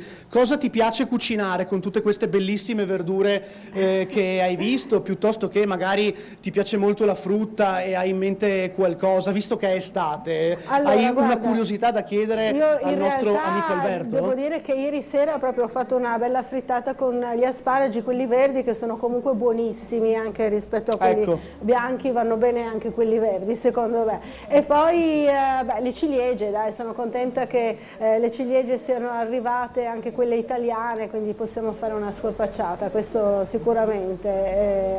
Lo chiedo anche a Stefan Ciocc, che qui allora lo dico anche Allora lo dico anche ad Alberto. Allora, Laura Buccarella dice bene con le ciliegie, che mi piacciono, le ciliegie vanno forti, italiane e spagnole abbiamo detto, e poi insieme ieri ha fatto la frittata di asparagi, quelli verdi che sono buoni lo stesso. Quindi assolutamente sì, una cosa stupenda. Gli asparagi selvatici nostri che abbiamo qua in Carso sono buonissimi, proprio buoni. Alberto, grazie ancora. Grazie ancora e buon lavoro anche e buon lavoro, grazie. Ringraziamo Alberto che giustamente adesso torna a lavorare, mentre noi andiamo a vedere, vi mostriamo ancora i magnifici prodotti che ci sono qui. Ho visto la mozzarella di bufala, Laura, mi sa che prima o poi verrò a prenderne una. Ti cedo la linea mentre lasciamo le immagini e poi vi faremo vedere anche un po' come si sta risvegliando il rione. Che cosa preferisce, insomma, di tutti di queste frutta e verdure, insomma, che abbiamo visto, bella colorata, le stiamo vedendo nelle belle immagini del nostro Guido Indri, credo. Ecco, devo dire che uno quando arriva a Sveglia a Trieste si prepara sempre un po' chiedendosi di cosa forse si parlerà. Ecco, non mi immaginavo la domanda gastronomica, però dato che poi a San Giacomo ci vado perché ci vivo e ci lavoro, esatto. Penso che perlomeno quelle pesche di cui si parlava, penso che andrò a darci un'occhiata, quello sicuramente sì. Alle pesche, esatto. Beh, anche quelle non sono male, è vero. Stefan Ciocco, quindi parliamo ancora magari di San Giacomo, visto che è proprio il luogo di abitazione, di lavoro, no? Fra poco infatti, cioè, verso la fine, insomma, della prima ora con l'ospitata appunto di Stefan Ciocco, dovremo lasciarlo andare ai suoi impegni, proprio qui a San Giacomo, qui vicino, no? Noi siamo a San Vito, non è assolutamente distante. Oggi sul giornale si parla molto del quartiere San Giacomo anche perché c'è un nuovo intervento dell'associazione, no? Raggruppamento di associazioni, possiamo chiamarlo così, Insieme per San Giacomo, chiede palestre, che l'Artistico 81 ceda una delle 2 palestre alle scuole vicine, insomma è molto attiva, no? Questa associazione di associazioni. Sì, ma perché bisogna dire che in generale San Giacomo è una parte della città viva, in cui ci sono tante attività. È vero anche quanto prima si diceva sul fatto di Campo San Giacomo stesso, che d'estate è pieno di famiglie, e quindi insomma c'è una vita percepibile del quartiere. Ci sono anche tante esigenze, e queste, diciamo, queste esigenze sono emerse negli ultimi mesi anche con l'azione di Insieme per San Giacomo, che chiede un'attenzione soprattutto segnalando su via Frausin, sul tema delle palestre, la necessità di una maggiore interlocuzione con chi nel quartiere ci vive, lo vive, e quindi si aspetta di potersi interfacciare con il comune e avere delle risposte a queste esigenze, no? È vero, infatti poi sentiremo anche magari dal nostro Gianluca Paladin, che magari interesserà appunto qualche persona che abita o comunque frequenta quella animata piazza. Abbiamo sentito prima anche le nonne coi bambini, no? Il periodo della chiusura delle scuole, quindi è un fenomeno abbastanza frequente un po' in tutti i rioni della città. Sentiremo appunto quali sono proprio queste esigenze più sentite, per magari poi ritrasmetterle magari anche con qualche iniziativa vostra, no? Da consigliere comunale, ad esempio di Stefan Ciocco. Ma ora dobbiamo fermarci per una brevissima pausa pubblicitaria. Abbiamo anche una telefonata, non so se facciamo in tempo a sentirla, no, credo di no. Allora la sentiamo subito dopo la pausa pubblicitaria, fra poco.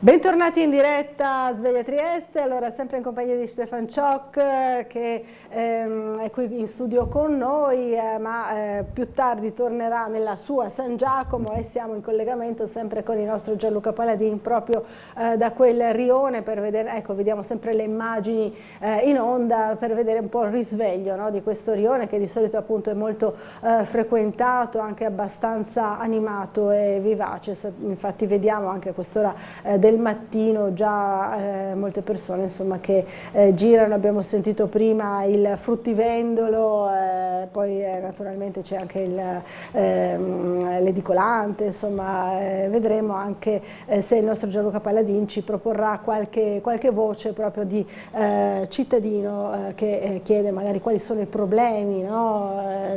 Quali sono le segnalazioni anche da fare al comune, perché poi questo è un po' il vostro ruolo. Stefan Ciocc, lei ha fatto un'interrogazione invece su un evento molto carino, questa presenza del ciclista della memoria, no? Che è passato anche dalla nostra città, in particolare nella zona di Opicina, e si chiedeva perché il Comune di Trieste non ha dato il suo patrocinio a questo evento. Era questo il senso dell'interrogazione? Esatto, sì, fra l'altro l'ho anche preannunciata all'assessore alla cultura Giorgio Rossi, ma più che altro perché penso sia veramente un peccato, perché si tratta di un'esperienza, la parola carina in effetti rende bene, perché si tratta dell'esperienza di questo signore, un ciclista amatoriale che negli ultimi anni, essendo anche già in pensione essenzialmente, ha iniziato a fare questi viaggi della memoria lungo l'Italia in bici, e praticamente nell'ultimo mese, partendo da Lombardia, ha fatto un lunghissimo viaggio che è passato attraverso Lombardia, Trentino, Veneto e si è concluso da noi. Il suo viaggio si è concluso sabato a Trieste, è stato a Santa Croce, è stato a Opicina, e si è concluso il viaggio alla Risiera di San Sabba, e purtroppo diciamo l'unica nota stonata in tutto questo è stato lo scoprire che il Comune di Trieste, avendo ricevuto richiesta di patrocinio, ha risposto no. Cioè ha dato una risposta negativa.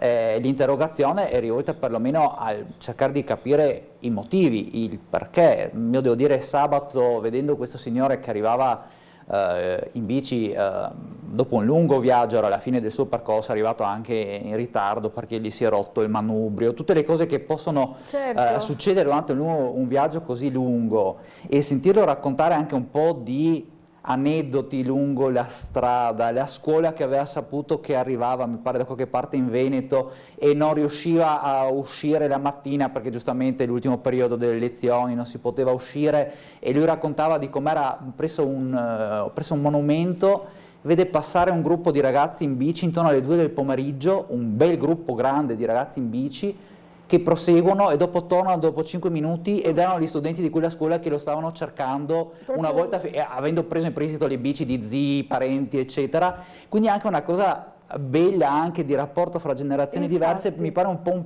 peccato, dico, stante anche che effettivamente l'iniziativa ha avuto tanto sostegno anche di pubbliche amministrazioni, anche della nostra regione, è un po' un peccato che proprio un comune come quello di Trieste, dove questa esperienza di quest'anno si è conclusa, perché vorrei dire che questo signor Bloisi è da anni che sta facendo questi progetti. Anni fa è stato addirittura in bici sul Don, nelle zone dove si trovava l'Armir durante la seconda guerra mondiale. Un anno ha fatto un viaggio che anche in nave l'ha portato fino allo Yad Vashem a Gerusalemme, quindi esperienze veramente piccole fatte da una singola persona, ma significative per il loro, significative e simboliche, per il loro, esatto, per il loro significato simbolico, ed è un peccato che proprio a Trieste insomma il viaggio sia concluso con un no. Insomma, spero che ci sarà la possibilità nei prossimi consigli da parte dell'assessore Rossi di spiegare, ecco, perlomeno i motivi che hanno portato a questa cosa, perché è un peccato veramente. È un peccato. Allora c'è Nevio che ci scrive su un argomento della rassegna stampa di questa mattina, dice: buongiorno Sveglia Trieste, fuori dalla RAI i partiti che sono delle associazioni private, pertanto si facciano dei concorsi come si fa nei posti statali con dei dirigenti dello Stato. Questo dice signor Nevio, concorda con lui, insomma, con questa visione? Bisogna riconoscere che il tema del rapporto fra RAI e politica non nasce oggi, nasce da molto lontano. Sinceramente mi ritrovo in ogni caso in quanto detto dal signor Nevio, nel senso che il servizio pubblico in quanto tale, essendo servizio pubblico, deve mantenere una sua indipendenza, deve mantenere una sua terzietà. Aggiungo che soprattutto anche con quanto sta avvenendo negli ultimi anni, l'attenzione sull'indipendenza dei media deve essere molto alta.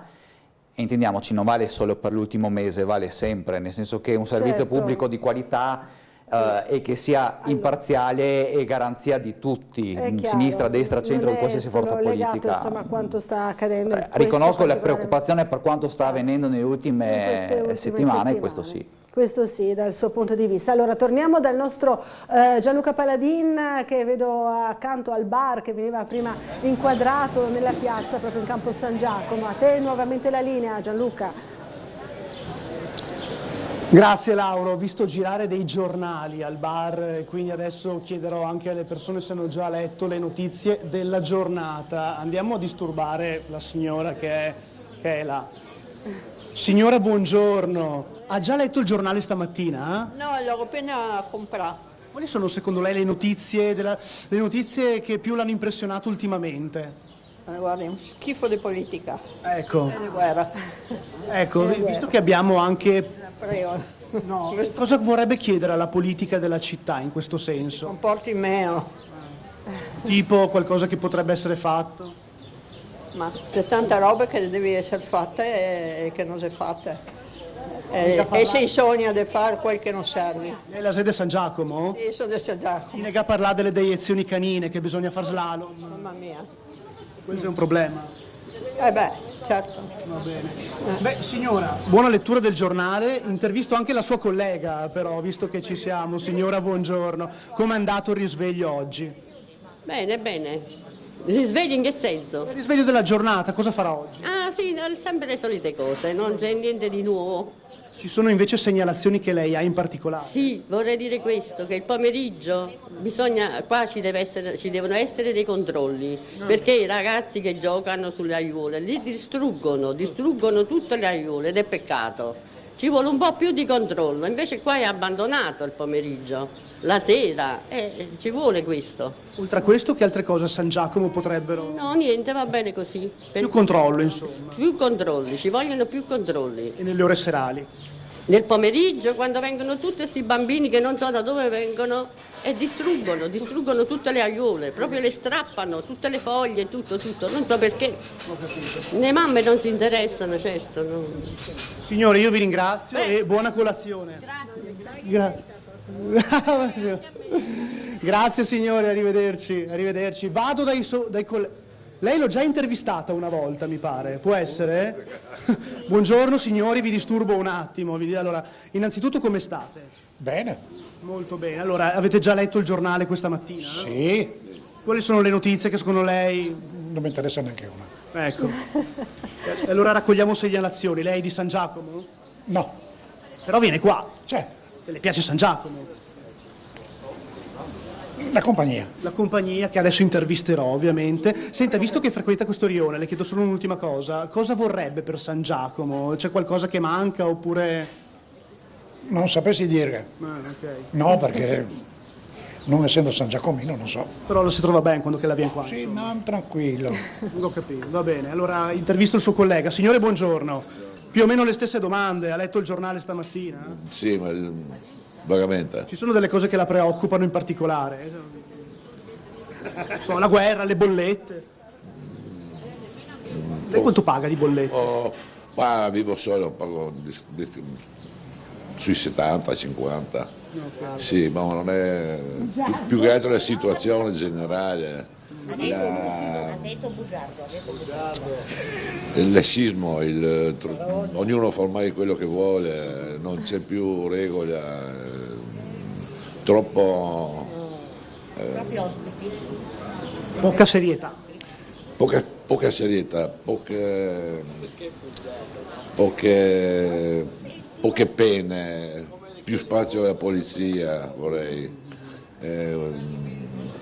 Ormai certi valori sono finiti. Una signora mi ha parlato di più controlli che vorrebbe, anche in questo rione, per dire. Ma non so, più controlli, non so di cosa, diciamo. L'unica cosa, poi che i bambini giocano a pallone, però non hanno uno spazio suo. Ho capito.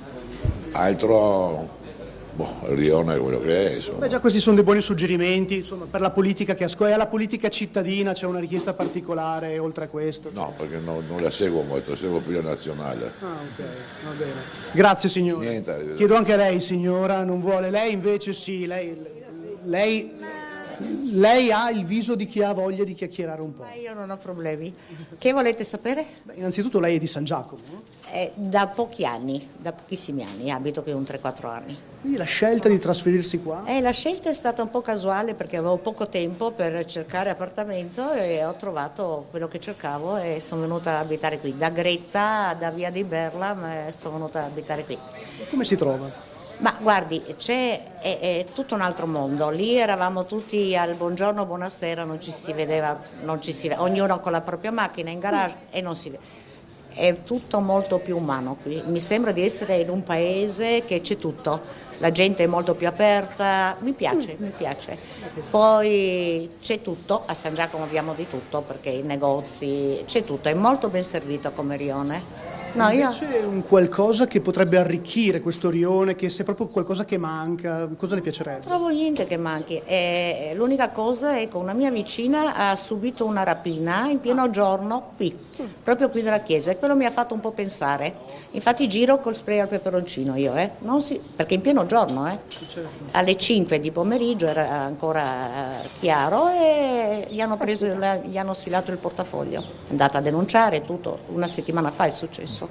Allora io vedo che arriva polizia, carabinieri, fanno il giretto, ma loro fanno il giretto poi se ne vanno. Allora io non saprei, a me non è mai successo, ma sa. C'è un articolo sul giornale che racconta dei furti in casa, no? Che ci sono varie zone colpite della città. Guardi, io mi facevano il cappotto, no? Ero terrorizzata perché dai cappotti ti entrano in casa, meno male me l'hanno tolto e sono a posto.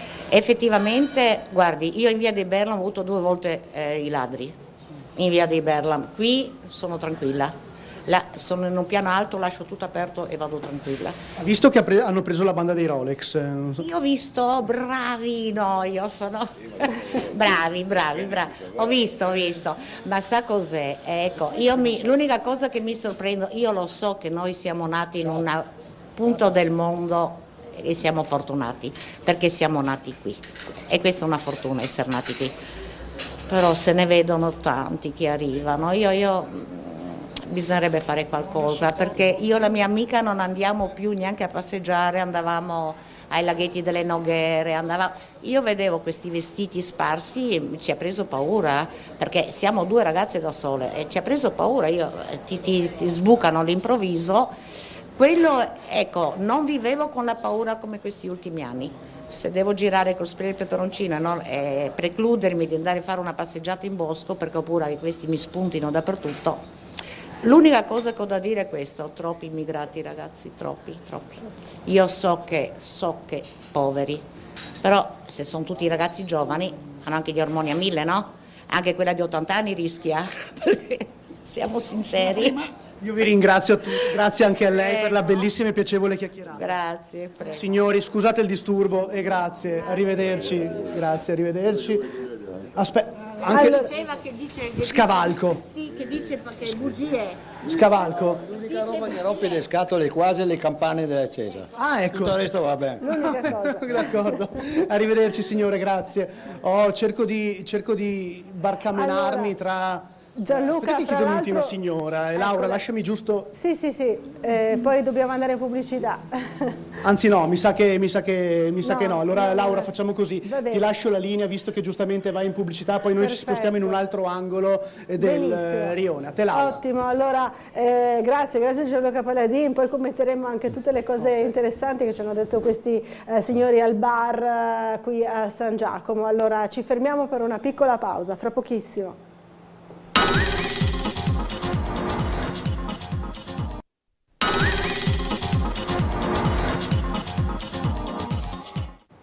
Rieccoci a Sveglia Trieste, allora ancora in compagnia di Stefan Ciocc e abbiamo sentito tanti spunti, no, dagli abitanti o dai frequentatori semplicemente di San Giacomo. Abbiamo una telefonata, la sentiamo subito. Pronto, buongiorno, chi è in linea con noi? Pronto, buongiorno. Buongiorno. Pronto. È il suo ospite. No, sentiamo lontanissimo, vediamo se riusciamo a sentirla meglio. La sento molto male. No, c'è davvero un suono stranissimo, non riusciamo a sentirla. Non so se ci sta parlando da un telefono fisso oppure da un cellulare col viva voce magari, però c'è effettivamente un suono molto strano, no? Pronto? Telefono fisso, pronto. Purtroppo non riusciamo a sentire nulla. Allora, vediamo se si riesce in qualche modo a recuperare questo telespettatore che ci sta telefonando, perché davvero in studio non sentiamo nulla se non un fischio anche abbastanza fastidioso. Allora, è in sottofondo una voce però di qualcuno che parla, però non riusciamo davvero a capire nulla.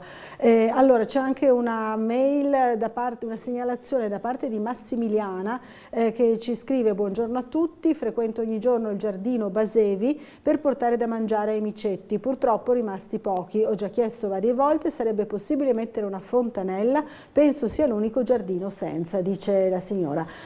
Si può fare qualcosa? Proverò a informarmi, anche perché riconosco che non ci avevo pensato a questa cosa della fontanella, cioè che non ci fosse, però effettivamente pensandoci non c'è. Proverò anch'io a fare una segnalazione, perché effettivamente ha senso, è un giardino abbastanza frequentato, è un piccolo polmone verde per quella zona, e quindi avrebbe molto senso che ci fosse anche una fontanella d'acqua, quindi proverò a segnalare anch'io, a verificare. C'è una grande attenzione da parte dei nostri telespettatori, un po' di tutti i cittadini di Trieste, per il verde. Anche la signora prima che parlava al microfono di Gianluca Paladin diceva attenzione, facciamo attenzione, mettiamo più controlli, perché qui a San Giacomo magari bambini, ragazzi che giocano a palla oppure insomma giocano nelle aiuole, le rompono e quindi danneggiano il verde pubblico, quindi c'è grande attenzione, no? Sì, direi così, ma penso che la signora sarebbe stata anche d'accordo su questo. Sì. Diciamo che comunque è una cosa positiva avere una piazza in cui ci sono i bambini che giocano, in cui ci sono le famiglie. È chiaro che poi bisogna stare attenti a far funzionare bene assieme le cose, quindi stare attenti che le aiuole, la piazza in generale restino in condizione decorosa. Da quello che diceva la signora mi pare di capire che in questo caso non si trattasse di danneggiamenti o cose simili, ma banalmente di palle che cascano in mezzo alle aiuole, quindi magari basterebbe un po' di attenzione. E se posso ancora una cosa, anche il tema delle deiezioni canine, è vero, che fra l'altro è una cosa che ovviamente dipende da quella, perché ci sono tantissimi animali in città e tantissimi proprietari di cani che stanno bene attenti a pulire. Poi, ma vedo già Gianluca Paladin pronto con un altro ospite, sempre in piazza San Giacomo, in Campo San Giacomo, accanto alla chiesa. Vi siete spostati, Gianluca? Con chi ti trovi? Aspetta che mi sta chiamando Laura, allora così ce lo racconto in diretta. Allora, buongiorno Laura di nuovo, a te il tuo ospite, siamo con Gianfranco Coccolo, giusto? Perfetto. San Giacomino Doc. San Giacomino Doc. Lei da quanti anni quindi abita qui? 83.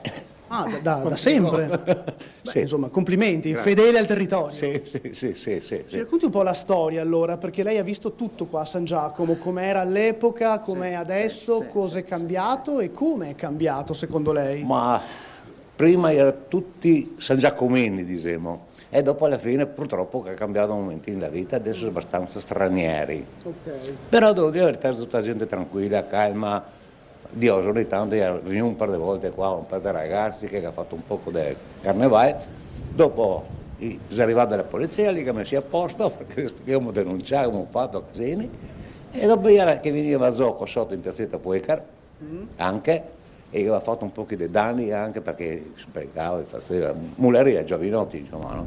E adesso pian piano però adesso fa i controlli, quindi ogni tanto se vedi ben tutto. Sì. Il resto San Giacomo cosa che conto? Mi sono nato qua che dico, è la mia zona. Ho fatto 31 anni di Acegatin, okay. Quindi conoscevo tutte le filosofie, gli autobus, tutti i tram. Dopo ho fatto un periodo su a Opicina col tram. Ah, lei ha guidato il tram? Sì. Lei ha guidato il tram di Opicina? Sì, per 6 mesi. Accidenti, ci manca un po' il tram di Opicina. Mamma mia, tantissimo, non tanto. E difatti dopo internamente mi sono passato perché sono nato termoidraulico, tra virgolette. Adesso si chiama così, una era il clown. E dopo lei facevo gli impianti di riscaldamento, bagni, gabinetti, quella roba, sempre dentro con l'azienda, logicamente, no? E fino a se ne pensiamo. In pensione si sta bene, dai. Se che conto quanti non mi credi. Dai, 31 anni. 31 anni. Che sono in pensione. Però complimenti perché li porta molto bene. Poi Grazie, vedo grazie. bello dritto con la schiena. Sì, mi difendo. Poi la fa coccolo de cognome, la sei coccolo anche de fatto, no? Sì, difatti mi dico a tutti quanti, se sono anche una persona antipatica, resto coccolo. Questo è bellissimo. È veramente simpatico. Allora, invece le volevo chiedere, ci sono segnalazioni particolari, qualche via che va sistemata, qualche lavoretto che va fatto? Io dico adesso questo tocco di tutta via San Marco, se lei la va da una parte o dall'altra, non è mai pulita, non è mai netta. Adesso che avevo anche le tabelle perché oggi si fanno le righe gialle, no? Le posteggi. Io, ma prima vedevo una cosa più cica per terra che tabacchino.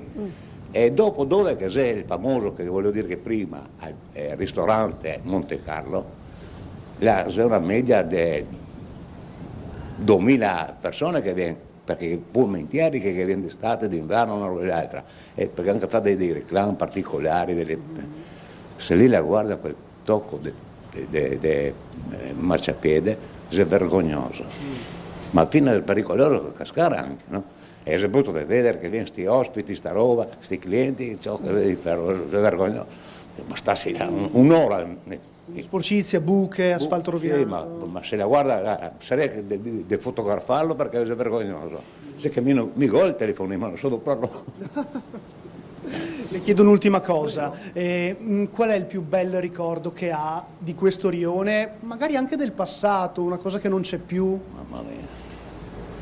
Allora, intanto c'era un sacco di metri di trattorie, delle zone, in qualsiasi angolo che andava trovava. Via San Marco che ne era 7. Quindi tutta la gente che veniva su del porto, dell'Arsenale e poi del San Marco famoso, poi era 4 mesi, 5 ore, lì la vedeva tutto blu, perché era solo catalesi blu. E partiva ben da zone e arrivava su. Era un pochettino che andava per traverso, perché un bicchiere, perché non mollava neanche una trattoria, non mollava. Osteria. Bei tempi all'epoca. Sì. E qua che dico, qua che avevamo l'autobus che arrivava fino a qua e faceva il tocco di qua di sotto e andava sotto di San Marco perché si portava perché al mattino qua era 200 persone e le aveva 7 minuti di percorso. E dopo la veniva sola, scaricava e tornava là. Ho capito. Lei la Gaffioi? 2, maschio e femmina, e 6 nipoti. Complimenti. Sì, e tutti uno più bravo dell'altro, devo dire la verità, perché tutti laureati. È un uomo fortunato e anche bravo. Sì, ma seri, tutti bravi, coccoli, mi vuol bene. Guarda che mica faccio di tutto per farli felici.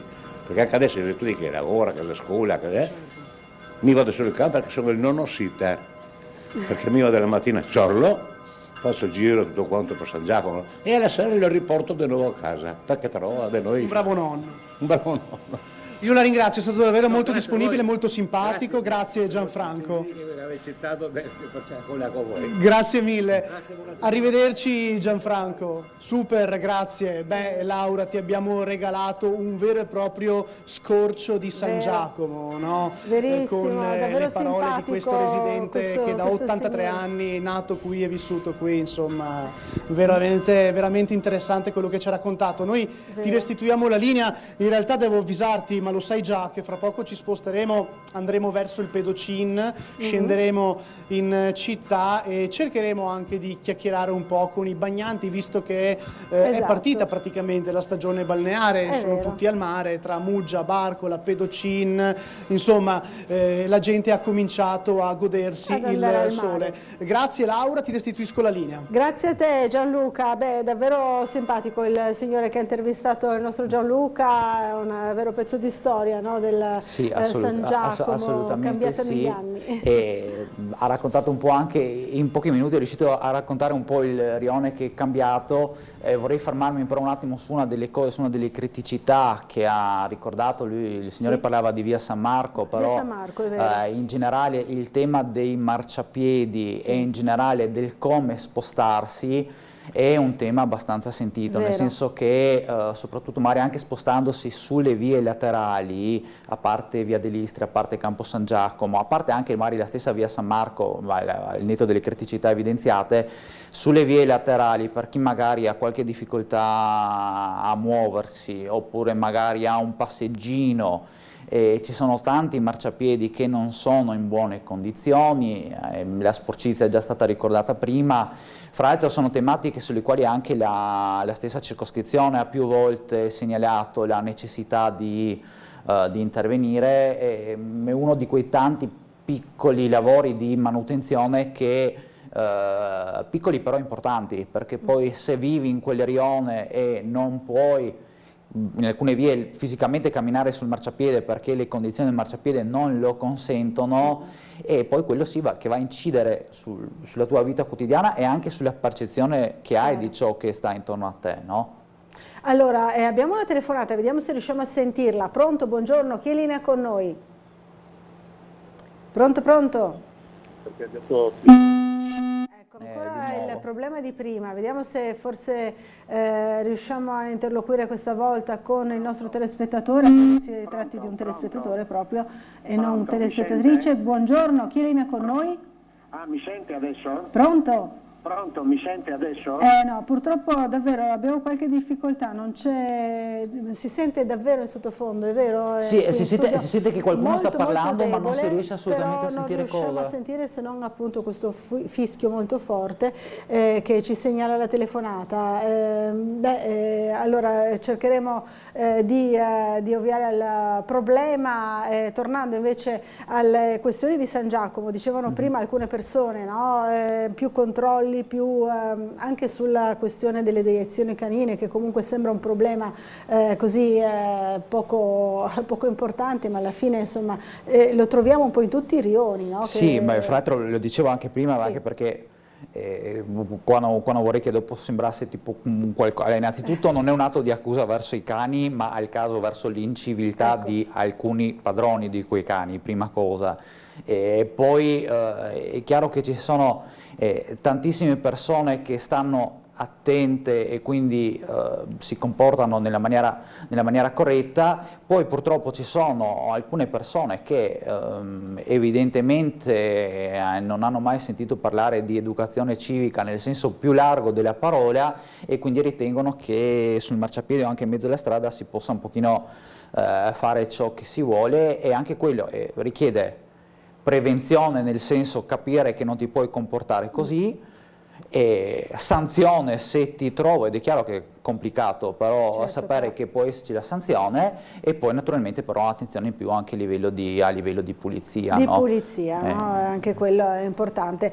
Chiedevano i signori che abbiamo intervistato con il nostro Gianluca Paladini anche più controlli comunque in generale sulla sicurezza. Il tema sicurezza è sempre molto presente, no? Per vari aspetti. Abbiamo visto oggi sul giornale i furti, la signora segnalava anche una rapina in pieno giorno, insomma in piazza, quello ho sentito, quello insomma è abbastanza inquietante, no? Sì, poi ho visto anch'io l'articolo di oggi sul piccolo, che penso vada affrontato dal duplice punto di vista, cioè da un lato attenzione, dall'altro lato consapevolezza che, lo dice mi pare l'articolo stesso, non ci sia una situazione di aumento rispetto agli anni precedenti, quindi non va neanche drammatizzato, perché anche questo è importante, poi non né sottovalutare né sopravvalutare il problema. Anche da questo punto di vista ci sono le forze dell'ordine che fanno il loro lavoro quotidiano, c'è la necessità, e da questo punto di vista che un rione sia vivo è importante, ma perché vuol dire che più che altro c'è una comunità di persone che si accorge cosa sta succedendo nel rione, è in grado di capire cosa sta succedendo, e poi anche tutte quelle piccole, grandi cose di attenzione che ognuno di noi può fare. Leggevo per esempio oggi, può sembrare una cosa scontata ma forse non lo è, nell'era dei social, già il fatto di non pubblicizzare il fatto che non c'è nessuno a casa per un lungo periodo di tempo, oppure anche la signora che diceva sì, siamo in un periodo di tanti cantieri, lavori eccetera, tenere presente che anche quella può essere... Diceva avevo paura per la facciata. No, anche lì, diciamo, anche lì senza drammatizzare, però stando contemporaneamente attenti, no, a ciò che prestando succede. Un po' più di attenzione. Esatto. Allora, vediamo se riusciamo a sentire la telefonata. Pronto, buongiorno, chi è in linea con noi? C'è qualcuno? Sente? No. Adesso un po' meglio forse. Leggermente meglio, sentiamo un pronto, però è davvero molto basso, non so se si può fare. Allora il problema è Eccoci, vostro. benissimo. Adesso la sentiamo, sì. meglio, Ecco. non so da cosa dipende. Volevo chiedere, Prego. perché avete cambiato il palinsesto della trasmissione senza togliere niente al caro Gianluca, ma sta facendo delle domande, mi permetto di dire, un po' sciocchine, cioè ha chiesto ad una persona come è stato il suo risveglio. Cosa c'entra questo con tutti i problemi? No, signora Laura, è per fare lasci conversazione, no? Per approcciare una persona le si chiede magari come è No, stato il lei risveglio. signora Laura si mette sempre in mezzo quando qualcuno Allora no, mi scusi, sto conducendo io la trasmissione, se era questo il senso della telefonata penso anche di poterla chiudere qui, perché cioè, stavamo dialogando, no? Non è che mi metto in mezzo, stavamo semplicemente dialogando. Voleva chiedere qualcosa di particolare oppure semplicemente criticare insomma, il lavoro del collega che stava facendo a mio parere anche molto bene il suo lavoro, non lo so, c'è ancora la telefonata, no, non c'è più, va bene, andiamo avanti, non lo so, si faceva semplicemente conversazione, insomma il nostro Gianluca anche piuttosto bene. Nelle conversazioni abbiamo sentito anche la preoccupazione per ad esempio il caro prezzi dovuto all'alluvione in Romagna, no? Quindi anche questo è un problema di cui tener conto, mancava solo questo, si può dire, no? È un problema di cui tener conto. Innanzitutto, fra l'altro leggevo proprio oggi anche che c'è l'ulteriore problema del fatto del fango che si sta solidificando, quindi diciamo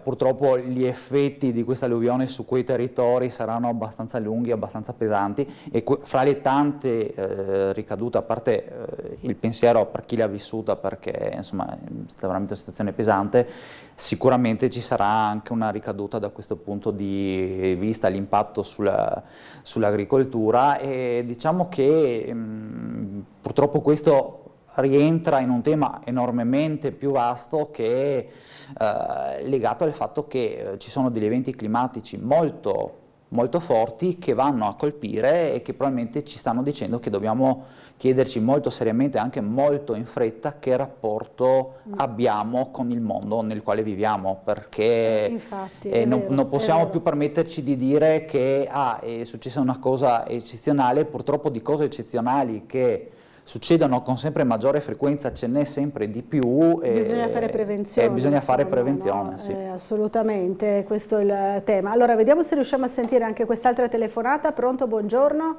Buongiorno, sono Gabriella. Gabriella, buongiorno. Anche il tuo ospite. Bene, volevo dire una cosa. Io, ascoltando le signore di San Giacomo, se vede veramente i bisogni che ha il quartiere. Una signora ha detto dei bambini che giocano, hanno bisogno di uno spazio come la piazza Carlo Alberto, dove c'è un campo da giocare che non c'è a San Giacomo. Quindi quello che chiede il comitato di San Giacomo, del Rione, è uno spazio. Quindi spazio per far giocare deve i bambini e i essere ragazzini. fatta per i ragazzi. E poi un'altra cosa che ha chiesto un'altra signora, i marciapiedi, e non sognarsi di fare quelle cose strane. Cose strane non ovovia. Vuol dire che queste signore chiedono cose per la nostra città e non per l'ovovia. Secondo lei, insomma, era questo l'intento della signora? Non lo sappiamo, casomai glielo richiederemo. Bene. Grazie Gabriella. Grazie, comunque buongiorno, è vero, salve. questo del problema degli spazi per far giocare i ragazzi, i bambini è un grosso problema in tanti rioni. San Giacomo appunto poi si arrangiano in piazza, però diciamo che è un problema abbastanza sentito e è uno dei tanti interventi che, questo sì, magari mi permetto forse solo un piccolo passaggio politico, contestiamo un po' a chi sta governando la città, nel senso che le priorità della città, le cose da fare sarebbero probabilmente altre rispetto a quelle di cui, ahimè, da anni ci ritroviamo a parlare. Non mi metterò adesso a parlare dell'ovovia, ma purtroppo siamo costretti a parlarne perché è un tema che si trascina da anni e che non porterà nulla di buono, e invece poi le necessità che ci sono in città sono quelle che sono state dette adesso.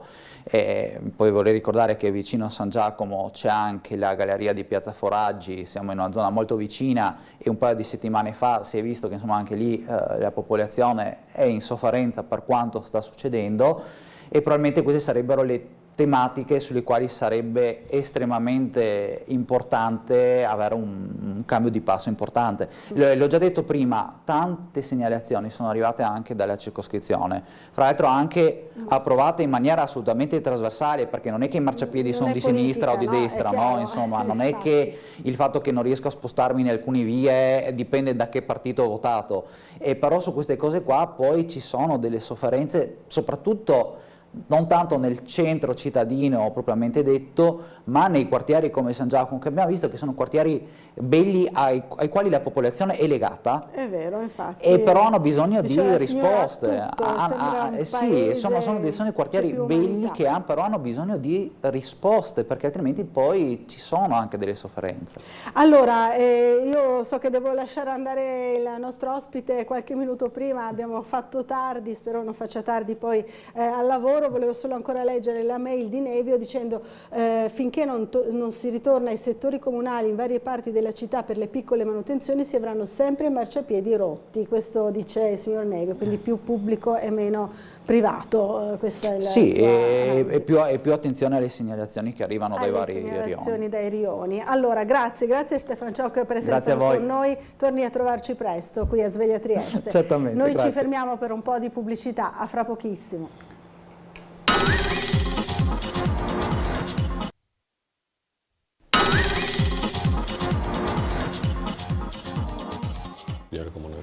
Allora, bentornati a Sveglia Trieste, diamo subito il buongiorno al nostro prossimo ospite che è Claudio Giacomelli, consigliere regionale di Fratelli d'Italia. Buongiorno. Buongiorno ai telespettatori. Bentornato a trovarci qui. Allora, visto anche il nuovo format della trasmissione con i collegamenti esterni, prima siamo stati con il nostro Gianluca Paladin a San Giacomo, in Campo San Giacomo, adesso ci sposteremo al Pedocin per farci un po' di invidia a chi deve lavorare invece per tutti quei triestini che hanno la fortuna di poter andare al mare in questa giornata. Ma abbiamo subito una telefonata, la sentiamo immediatamente. Pronto, buongiorno, chi linea con noi? Pronto? Buongiorno. Mi Pronto? sentite? Non benissimo, però... Allora, io sono Serena. Serena, buongiorno. Eccoci. Buongiorno, abito a Opicina di fronte al distretto 1 della Luigi. E penso sia la quarta volta che vi chiamo, ma non vi faccio una colpa a voi. Vorrei sapere da qualche consigliere, qualche assessore, qualcuno, perché proprio dietro la chiesa non ci sono buchi, ci sono voragini. Non ho sentito bene dove, a Opicina dietro? Il distretto 1. Dietro il distretto 1 ci sono delle voragini, dice addirittura, sui marciapiedi. Proprio dietro la chiesa. Dietro la chiesa. Io ho già 4 volte che ho telefonato, ho mandato anche l'email al comune, non è servito assolutamente niente. Hanno buttato un po' di catrame e finito lì. Capito. Questa è la sua segnalazione, Serena, quindi Opicina, buche... E poi ancora una cosa volevo dirvi, che sempre di fronte al distretto 1 ci sono gli alberi che le fronde hanno raggiunto l'altezza da terra di 1,70 m, ecco, diciamo, esagerando. Non si può camminare perché non vengono neanche falciati i rami. Quindi ci servirebbe una potatura, insomma, ci vorrebbe. Esatto, un intervento comunale sia per le strade che per il verde. Strade e verde pubblico. Benissimo, grazie della segnalazione, Serena. Quindi nella zona di Opicina del distretto 1, no? Del distretto appunto sanitario. Allora grazie alla telespettatrice. Beh, queste sono le segnalazioni che abbiamo sentito anche prima per San Giacomo, no? Marciapiedi, verde pubblico, cura del bene pubblico, insomma, in sostanza questo. Assolutamente, è una cosa che insomma, conosciamo bene per una serie di motivi. Innanzitutto è centrale sia per la vivibilità dei rioni, soprattutto per le persone anziane che camminano, ma penso anche per ciò che riguarda le strade e per gli scooter.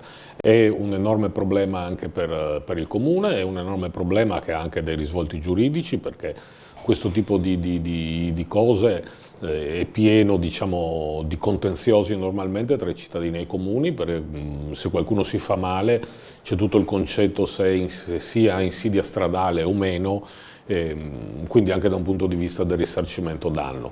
È un problema che conosciamo bene, anche perché abbiamo dei consiglieri circoscrizionali straordinariamente attivi nei rioni, e poi anche perché, voglio ricordarlo sempre, il successo elettorale non ci ha cambiato. Nella nostra sede di Fratelli d'Italia in via Rismondo 4/A continua a esserci lo sportello d'aiuto gratuito per italiani in difficoltà, e nonostante molti pensino che si tratti esclusivamente di uno sportello in cui magari raccogliamo generi alimentari per aiutare le famiglie italiane in difficoltà, in realtà abbiamo tutta una serie di servizi. Ci sono volontari che sono legali, amministratori stabili, commercialisti, e poi naturalmente anche consiglieri comunali, anche un consigliere regionale, non appena può, come me. Adesso invece riceviamo moltissime segnalazioni sia di questioni ATER ma anche di questioni di viabilità. Ora ovviamente dopo tutto questo periodo elettorale Fratelli d'Italia si sta riorganizzando, nonostante sia ormai da 3 elezioni consecutive che siamo il primo partito del centrodestra in comune di Trieste e in provincia di Trieste, in comune Trieste come Muggia.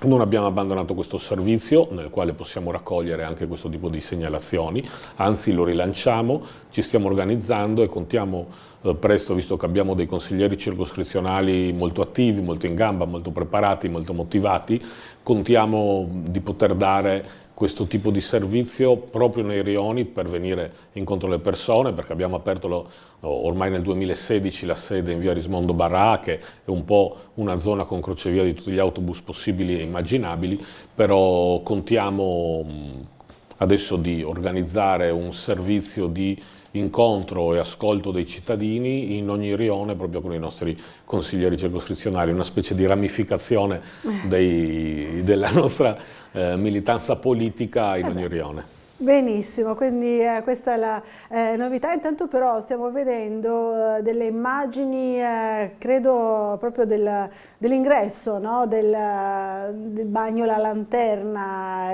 credo sia così, è una bella immagine, insomma, delle bandiere triestina, italiana, europea. Allora, non so se è in collegamento con noi già il nostro Gianluca Paladin, non lo vedo ancora inquadrato, ma so che c'è una telefonata, allora la sentiamo subito. Pronto? Buongiorno, chi è in linea con noi? Buongiorno, gentile dottoressa Laura e il suo gradito ospite, sono Claudio Visentini. Buongiorno Claudio. Buongiorno carissimi tutti e due. Caro consigliere Giacomelli, il 26 maggio, pochi giorni fa, dall'articolo del Gazzettino e dal servizio di Rai 3, sembra che ci sia poco spazio per sperare di rivedere la centrale del 118 a Trieste. E ancora, parlando di sanità, auspico che l'ottimo consigliere Claudio possa incidere, perché trovo allucinante, incomprensibile, una follia che il proprio medico di base non possa vedere il decorso del suo paziente se è ricoverato all'ospedale. Infine, quindi grazie per quello che potrà fare e si faccia sentire con l'assessore Riccardi. I triestini che hanno raccolto le firme e gli operatori sanitari siano ascoltati. Mi riferisco in particolare ai sindacalisti, tra gli altri Matteo Modica, Fabio Pottosini, per la centrale 118 staccata da Palmanova. Certo. Poi ritengo importante e chiedo il supporto ai rappresentanti politici anche per l'inserimento della fibromialgia nei LEA. Infine, nella sala tessitori del Consiglio regionale c'è stato un convegno no alla chiusura dei consultori familiari a Trieste, oltre che assumere medici e infermiere per accorciare le liste di attesa. Facciamo che queste richieste non rimangano sogni ma avete 5 anni per realizzarli. Va bene. La salute è il bene primario di ogni persona. La Grazie. salute, è vero, ha ragione signor Claudio, grazie, un abbraccio, buona giornata a lei. Allora, fra poco le risponderà anche il nostro ospite, ma vedo già pronto il nostro Gianluca Paladin proprio davanti alla lanterna, davanti al pedocin, allora ci colleghiamo nuovamente con lui. Allora, te la linea Gianluca. Sì Laura, eccoci qua, come promesso siamo davanti allo stabilimento La Lanterna. Tu sei già stata al pedocin, Laura? Tantissime volte, assolutamente, ero una frequentatrice, adesso un po' meno. No, ma dico in questa stagione adesso. Sì, ci sono stata una volta, sì, una volta sola.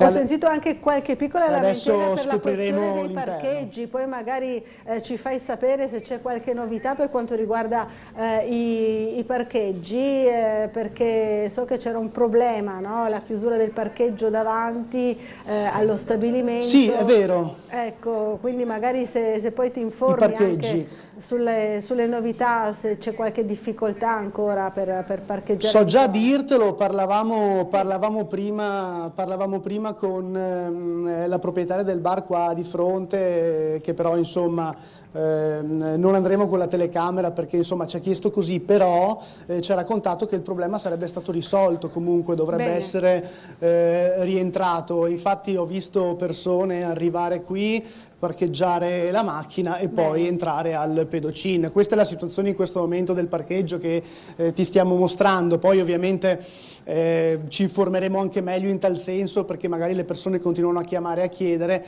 proprio perché aveva creato, come ben hai ricordato tu, delle problematiche, una piccola polemica per via dei parcheggi riservati ai croceristi. Ma Laura, a questo punto io, prima di farti commentare anche eventualmente con l'ospite che saluto, noi entriamo a questo punto adesso al pedocin e entreremo da bravi uomini, entreremo nella zona uomini, no? E quindi andremo un po' a vedere anche che cosa ci aspetta. La stagione è partita praticamente e obiettivamente ci hanno anche raccontato che fino a qualche giorno fa non andava proprio alla grande perché il tempo era così e così, invece da qualche giorno il tempo è decisamente migliore. Ora stiamo entrando, eccoci qua, bagno La Lanterna, siamo pronti. Guido Indri mi segue dall'altra parte, io saluto e ringrazio ovviamente le persone che qui vi lavorano. E mi accingo a varcare la porta zona tranquilla, no? È quella degli uomini. Del pedocin, zona tranquilla, esatto, sì, zona molto tranquilla, zona uomini, lo vedi anche tu? Infatti, quella delle donne già più animata, immagino. Allora, ecco, sì, poi forse faremo un salto anche lì, Laura, adesso vediamo. Ci sono anche dei lavori, vediamo, però non li avevo visti perché ovviamente io sono entrata dalla Ci sono anche dei lavori, sì, è vero, anche che potrei chiedere anche, tra l'altro dopo chiederò che cosa riguardano. Forse posso chiedere anche al bagnino, posso farle una domanda? Buongiorno, innanzitutto come sta, come va la giornata? Bene, grazie, molto bene, tutto a posto, grazie. Questi lavori cosa sono, che lei sa? Guardi, è meglio che chieda al responsabile che così le indica con precisione. Parliamo con loro. Sì. Com'è partita questa stagione al pedocin? Sì, bene, grazie, sì. Ormai diciamo l'estate è quasi praticamente iniziata. Quasi praticamente iniziata. Quindi lei sta qui tutto il giorno comunque, come funziona un po' il suo turno? Vediamo i turni, no? Facciamo turni circa di 6 ore ciascuno, da una parte il bagnino per gli uomini, dall'altra per le donne, e così. Giornate in cui c'è più gente rispetto ad altre, secondo la sua esperienza? Ma di solito dalla parte delle donne sempre ci sono più persone, no? E poi sabato, domenica, classico. E dopo magari faremo anche un salto là. Buon lavoro intanto. Altrettanto a voi, buona giornata. Grazie mille. Laura, guarda che bel mare. A me viene quasi voglia di togliermi le scarpe, i calzini e metterci i piedi, ma non lo farò perché non è il caso. Però obiettivamente diciamo che l'acqua è bella limpida e ci piace. Vado un attimo a intervistare un altro signore prima di cederti di nuovo la linea. Signore, buongiorno. Oh, come sta? Si prende un po' di sole? Sì, veramente, ci sta bene. È cominciata l'estate? Sì, è cominciata finalmente, perché abbiamo patito un po' di pioggia, non tanto freddo, ecco, diciamo. Certo. Come sta lei oggi, tutto il giorno qui? Ma no, io vengo la mattina fra i primi e fino alle 10, 10:30, 11. Faccio un 2 bagnetti e via, ecco. Da quanto viene al Pedocin? Da quanti anni o da quanti giorni? Da quanti giorni e da quanti anni? Da quanti anni sarà 30. E da quanti giorni? È dal 1° maggio, ecco, diciamo. Una bellissima storia quello di questo stabilimento. Sì, veramente, veramente. È uno dei simboli. Poi dopo ci troviamo sempre fra amici qua. C'è un tedesco, c'è un francese che ci troviamo, che vengono al Pedocin, ecco, diciamo.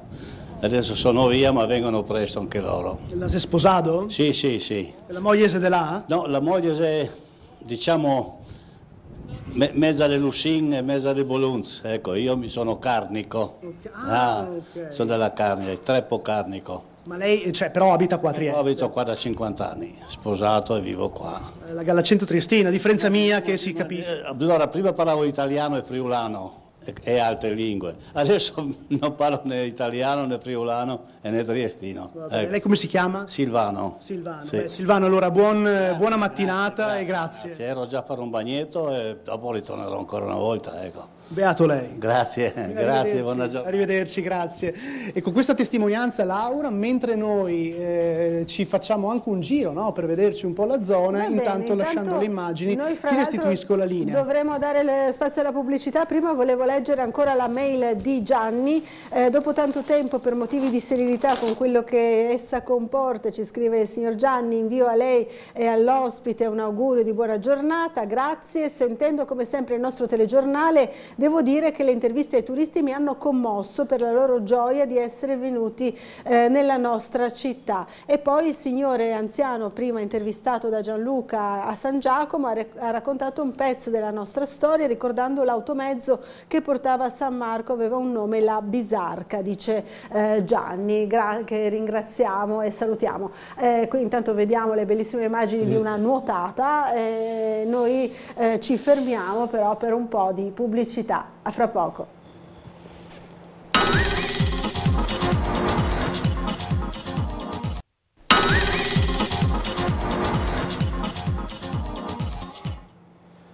Allora, bentornati a Sveglia Trieste. Dunque siamo sempre in compagnia di Claudio Giacomelli, consigliere regionale di Fratelli d'Italia, nonché anche segretario del partito qui a Trieste e poi anche consigliere comunale. No, consigliere comunale no. Consigliere Tanti comunale anni ho fatto. È vero. Allora, per quanto riguarda invece le segnalazioni, prima il signor Claudio Visintin ci segnalava il problema del 118, no? Della centrale unica, sì. Chiedeva proprio nel suo ruolo di consigliere regionale di lavorare per raggiungere questo obiettivo, anche se sembra un po' sfumare, sembra abbastanza lontano anche dalle ultime notizie che abbiamo. Ma dunque, il piano di emergenza-urgenza è stato varato a livello amministrativo dalle strutture sanitarie, quello che conferma la centrale unica ancora l'altro anno. Se una discussione aperta è proprio per Fratelli d'Italia, diciamolo. Ricordava alcuni sindacati, il signor Visintin, che ringrazio tanto, ricordava la FIAS, Modica, Potosnik, io ci aggiungo anche Vitrani. Dall'altra parte abbiamo visto invece sono delle forti pressioni da parte dei sindacati UIL e Nursing. Abbiamo, o meglio, la struttura amministrativa ha proposto questo piano di emergenza-urgenza che conferma la centrale unica. Il discorso è ancora aperto, noi non abbiamo ancora lasciato la questione, quindi la questione non è chiusa, nonostante dall'altra parte ci siano forti pressioni. Il dialogo sia con il presidente Federica che l'assessore Riccardi è ancora aperto. In questo momento quello su cui ci stiamo confrontando e concentrando noi di Fratelli d'Italia è la questione di questa direttiva ministeriale, una direttiva non di questo ministero ovviamente, ma datata, una direttiva nazionale che dice che il bacino per una centrale per la centrale deve essere di almeno 600.000 abitanti. Naturalmente noi abbiamo sempre discusso di una centrale per Asugi, quindi Trieste-Gorizia e una Udine-Pordenone. Il problema è che Trieste e Gorizia insieme non fanno 600.000 abitanti.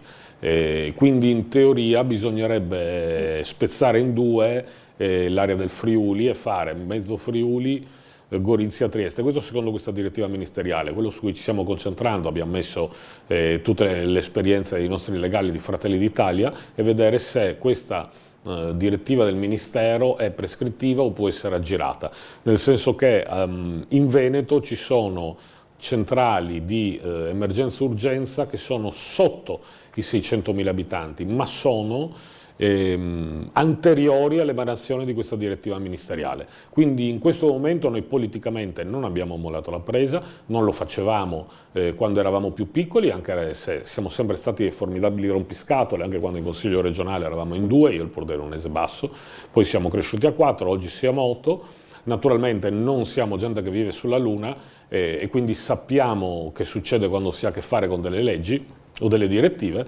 In questo caso ci stiamo concentrando sul fatto di vedere di poter bypassare questa direttiva ministeriale e quindi stiamo lottando su questo. Allora, abbiamo una telefonata, la sentiamo immediatamente, poi torneremo anche dal nostro Gianluca Paladin che si trova sempre, lo ricordiamo, al Bagno alla Lanterna, lato uomini. Per il momento appunto vediamo ancora le immagini di questa bella spiaggia che sta facendo un po' di invidia anche al nostro ospite in realtà nostalgia anche. Nostalgia, no? Nostalgia anche, sì, perché mio nonno materno era un ferroviere toscano e quindi aveva l'appartamento negli alloggi dei ferrovieri in Campo Marzio, e quindi quando ero bambino mia nonna andava da una parte e mio nonno, mio fratello ed io andavamo dalla parte uomini, quindi è una di quelle cose di Trieste che non può non risvegliare i ricordi, già soltanto il profumo che si sente al pedocin, e quindi mi ricorda i tempi col nonno ferroviere, io bambino, quindi sì, mi fa molto pedocin, mi fa molto sentimento. È vero, è una bella storia quella che ci ha raccontato. Allora, sentiamo se c'è un'altra telefonata. Pronto, buongiorno, sì, vedo arrivare la telefonata, buongiorno. Buongiorno a voi. Ecco, mi volevo fare delle segnalazioni che sto facendo già da parecchi anni e che non riesco a risolvere niente. Una è la rotonda della cava Pacanoni, che è distrutta da qualche decennio e ormai è di competenza della regione e si dovrebbe fare.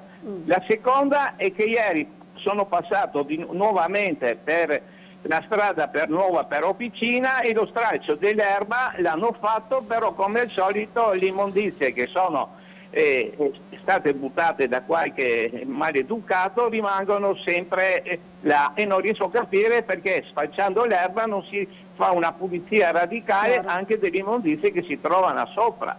Questo non riesco a capire.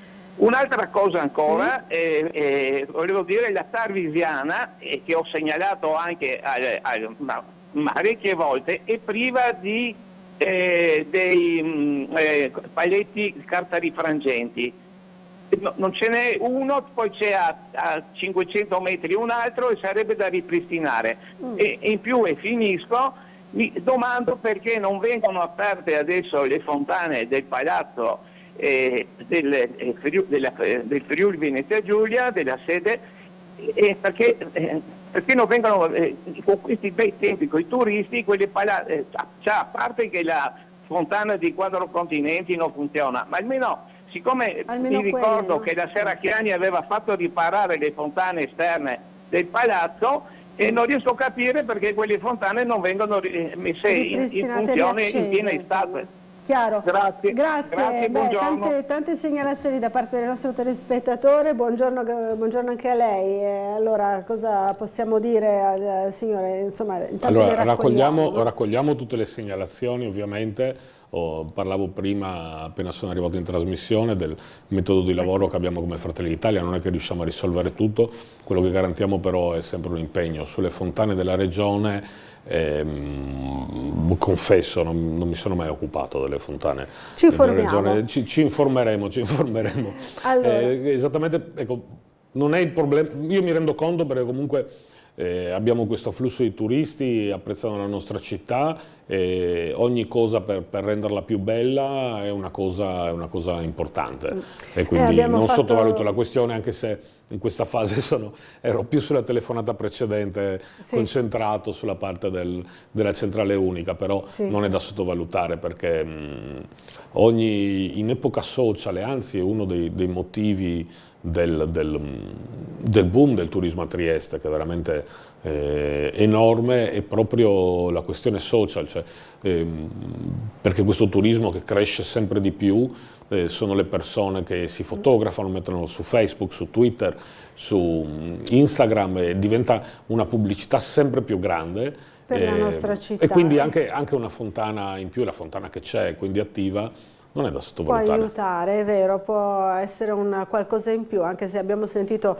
proprio nel fine settimana adesso tanti turisti entusiasti della nostra città, lo diceva prima anche Gianni, che si è addirittura commosso sentendo il nostro servizio e tutte queste attestazioni di stima per la nostra città, gradimento, insomma, alle stelle da parte di turisti italiani e stranieri. Ma torniamo dal nostro Gianluca Paladin, che vedo ancora nella zona uomini del mitico Pedocin. Secondo me non torna più in studio. Non torna più in studio, no, è vero, anche secondo me. Potrebbe aver ragione il consigliere Giacomelli, in effetti, la tentazione è davvero forte. Poi sentivo che giustamente gli dava un po' di nostalgia anche il Pedocin, e in effetti è un pezzo di storia davvero incredibile di questa città. Voglio però rispondere alla curiosità di prima. Il gazebo che vedete, o meglio, vi ho già anticipato la notizia, il cantiere che vedete è per la installazione di un altro gazebo, come quello che vedete di fianco, dove è posizionato sotto il bagnino. Stanno facendo i lavori e stanno quindi predisponendo ovviamente le fondamenta, se così posso dirlo, per installare il gazebo e quindi fare un'altra zona coperta qui di fianco, quindi insomma un ulteriore servizio che arriva per quanto riguarda lo stabilimento La Lanterna, un nuovo gazebo qui di fianco. Io invece mi avvicino di nuovo agli altri, stavo per dire telespettatori, Laura, mi avvicino agli altri bagnanti perché ho visto una cosa curiosa, mi avvicino al signore lì in fondo perché mi pare di aver visto una roba che mi interessa, Laura, adesso te capirà anche perché. Aspetta un attimo. Capiremo, ecco, quando comincia col dialetto. Signore, buongiorno. Migo visto che lei la il miglior amico dell'uomo, la Gazzetta dello Sport. La me fa vedere la prima pagina? Così poi la me conta anche se lei è tifoso di qualche squadra. Del Napoli, è napoletano. Grande scudetto quest'anno. Sì. È contento? Sì, abbastanza. Ma lei vive qua a Trieste da anni? Sì, sono 9 anni. Allora in prima pagina oggi, così lo facciamo vedere anche alla telecamera, abbiamo la trasmissione in diretta. Eurodiavolo, il Milan con Giroud affonda la Juve e va in Champions. Lei deve sapere, caro signore, che io purtroppo sono juventino. Sì, lo so, non mi può già vedere, lo immagino. No, per carità. Però sono sportivo e faccio i complimenti al Napoli. No, sono anche io sportivo, perché la Juve è stata sempre una squadra abbastanza in gamba, quindi forse ha avuto... Adesso non è un granché, però vabbè. Questi anni che forse non è proprio il massimo. Giustamente deve vincere il migliore, quest'anno il migliore è stato il Napoli, obiettivamente. Sì, diciamo di sì. E per Spalletti che se ne va, giusto, alla fine? Sì, sembra proprio di sì, perché c'è scritto qui. Un po' le dispiace? Ma sì, perché era abbastanza pragmatico, una persona che forse andava bene proprio a Napoli. Poi già per aver portato lo scudetto al Napoli entra nella storia, no? Quindi sì. Le faccio un'ultima domanda, poi non la disturbo più. Qui al Pedocin da quanto ci viene? Si trova bene? No, io è la prima volta che vengo, mia moglie ci veniva sempre, io raramente, insomma. Ok, quindi quest'anno è la prima volta? Sì. Ok, e sua moglie dall'altra parte? Sì, per forza. Poi vi troverete in acqua magari? Sì.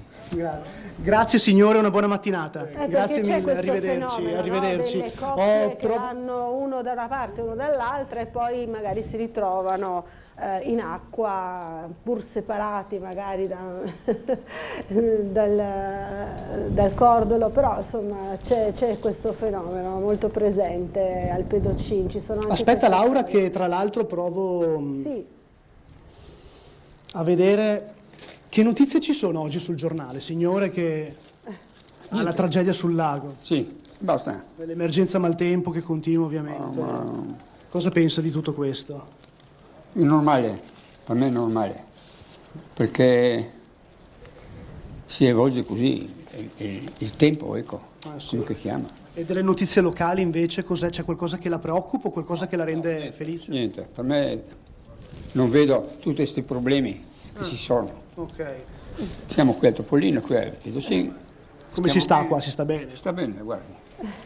All'aria, sul sole. No, sono pochi anni, saranno 3 anni, 4 speriamo qui, sì. È un pezzo storico della città. Sì, beh, questo, senz'altro. La lascio alla sua lettura.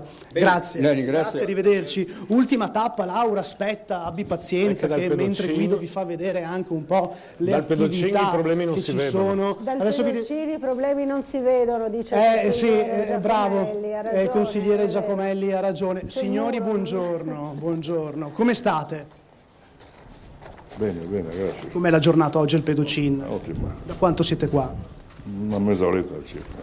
E da quanto venite al Pedocin? Cioè, da quanti anni intendo? 2 anni. Vi trovate bene, sì? Sì, ottimamente.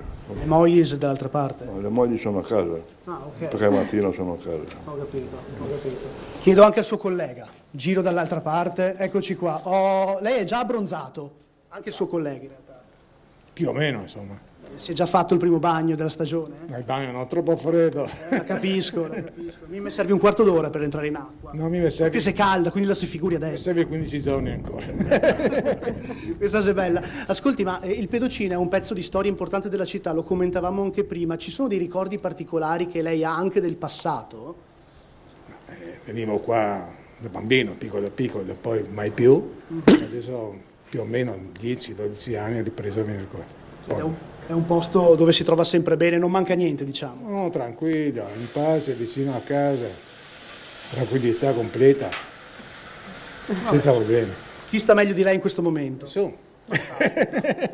Grazie signori, scusate il disturbo, grazie mille. Allora Laura, mentre io ti lascio anche un po', se vuoi commentare queste scene in studio, mi sposterò sul lato donne. Benissimo, allora vogliamo vederti dal lato donne. Giacomelli. Tra l'altro io ricordo quando era mia nonna invece a portarmi dal lato donne, quando ero più piccolo.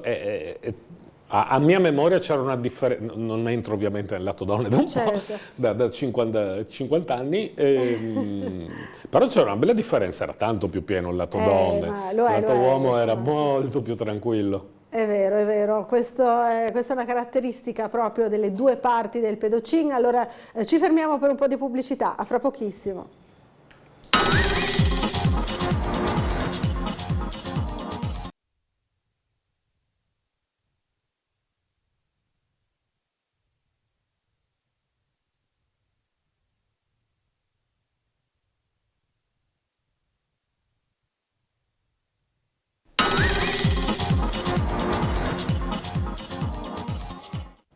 Allora, rieccoci in diretta, ancora Sveglia Trieste, con il consigliere regionale Claudio Giacomelli, qui con noi di Fratelli d'Italia e con i collegamenti con il mitico Pedocin. Adesso i colleghi si stanno spostando al lato donne, speriamo insomma che vada tutto bene, che non ci siano delle proteste, no, stiamo scherzando naturalmente. Anche se in realtà all'inizio della stagione, almeno ai miei ricordi, all'inizio della stagione lato donne si va per non incontrare gli uomini. Esatto, e quindi forse insomma ci sarà più di qualche signora che non gradirà le nostre telecamere, ma insomma saremo poco tempo, promettiamo, e cerchiamo di mantenere assolutamente la privacy di tutte quelle persone che non gradiscono appunto essere riprese, ma sentiamo subito la telefonata. Pronto, buongiorno, chi è in linea con noi? Sì, buongiorno. Buongiorno a lei. Senti, quello è libero.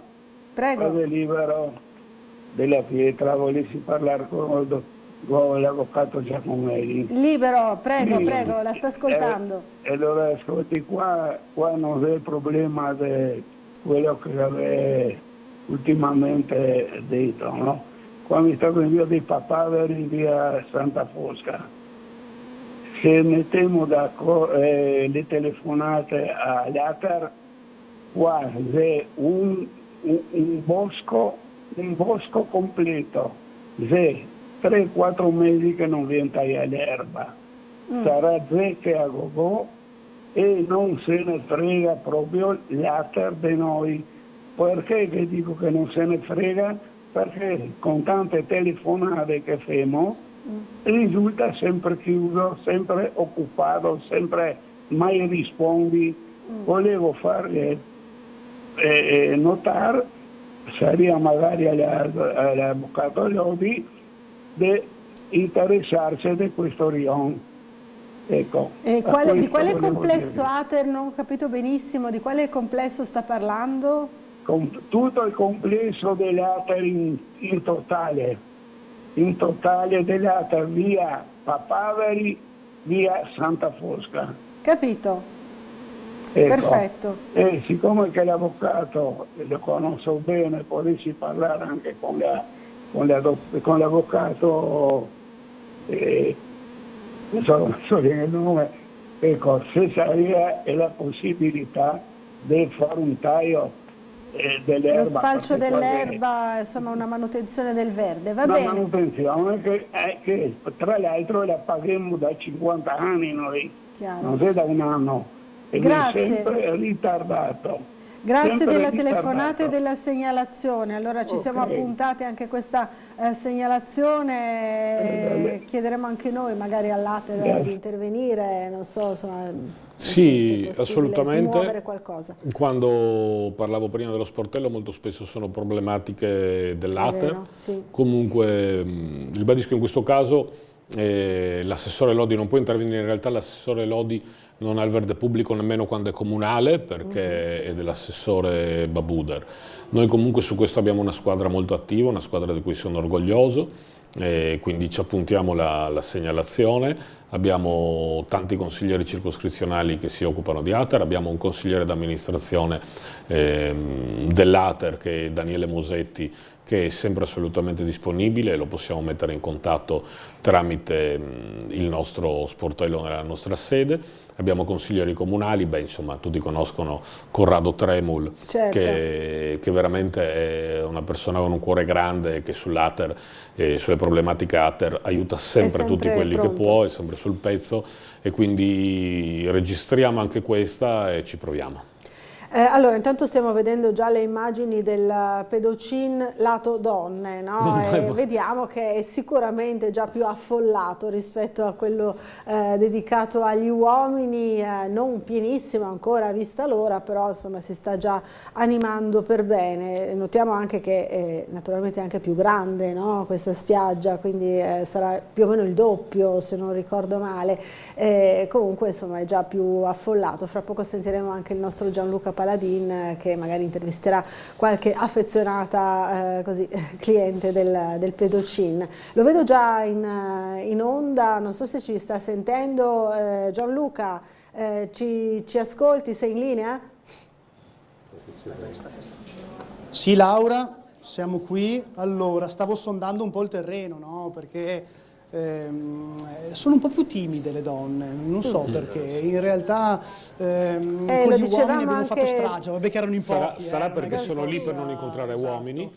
Infatti, sarà per quello? Sarà per quello, diceva giustamente il consigliere Giacomelli che si va al pedocin, soprattutto a inizio stagione, proprio per non incontrare gli uomini. È una tradizione proprio. Lo so, infatti vado subito a disturbare una signora. Signora, buongiorno. Non la voglio, una battutina. La battutina te la fa lei. La Meciami, la sua collega. Una battutina.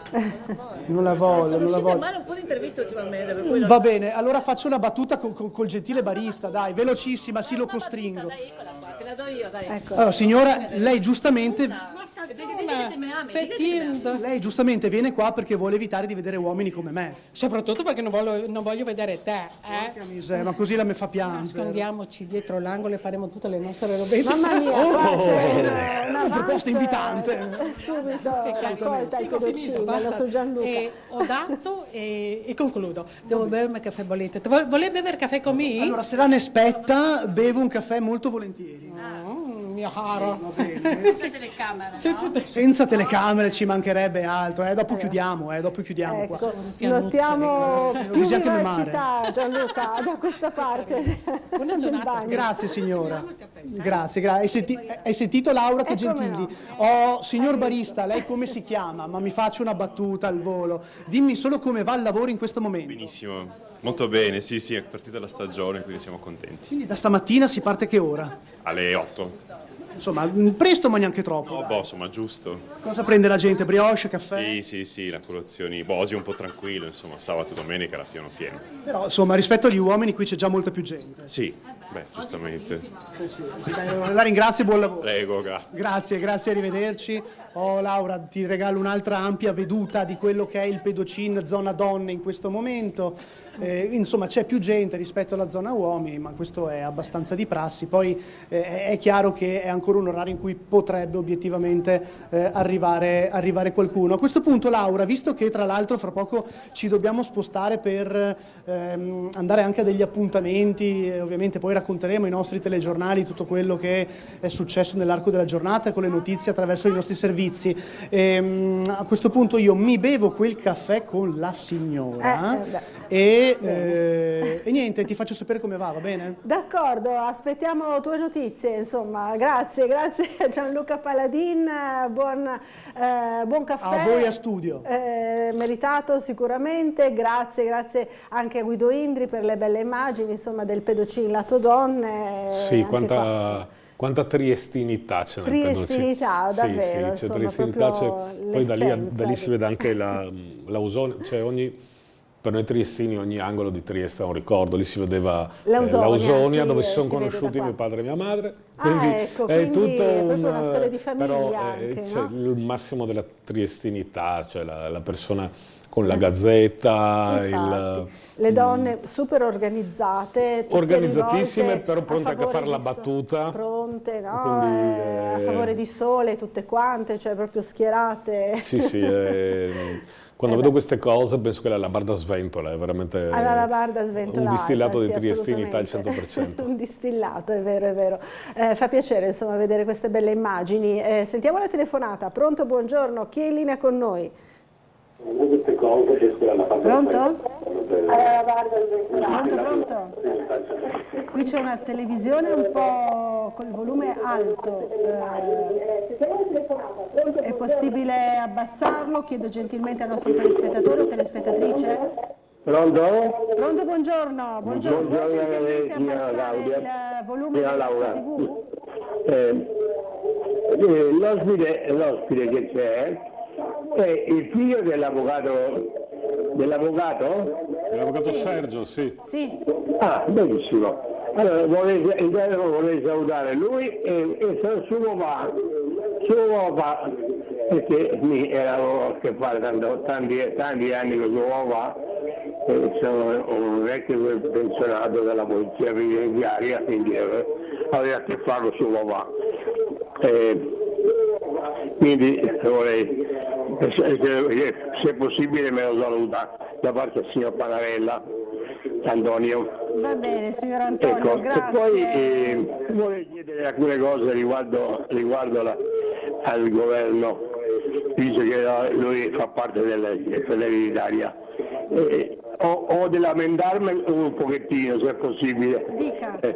Io sono pensionato, come dicevo, e a gennaio mi hanno dato 4 euro di aumento della pensione, ma solo che io non so come fa per spenderli, perché 4 euro beverò sia notte il caffè e 27 giorni guardo gli altri come bevi.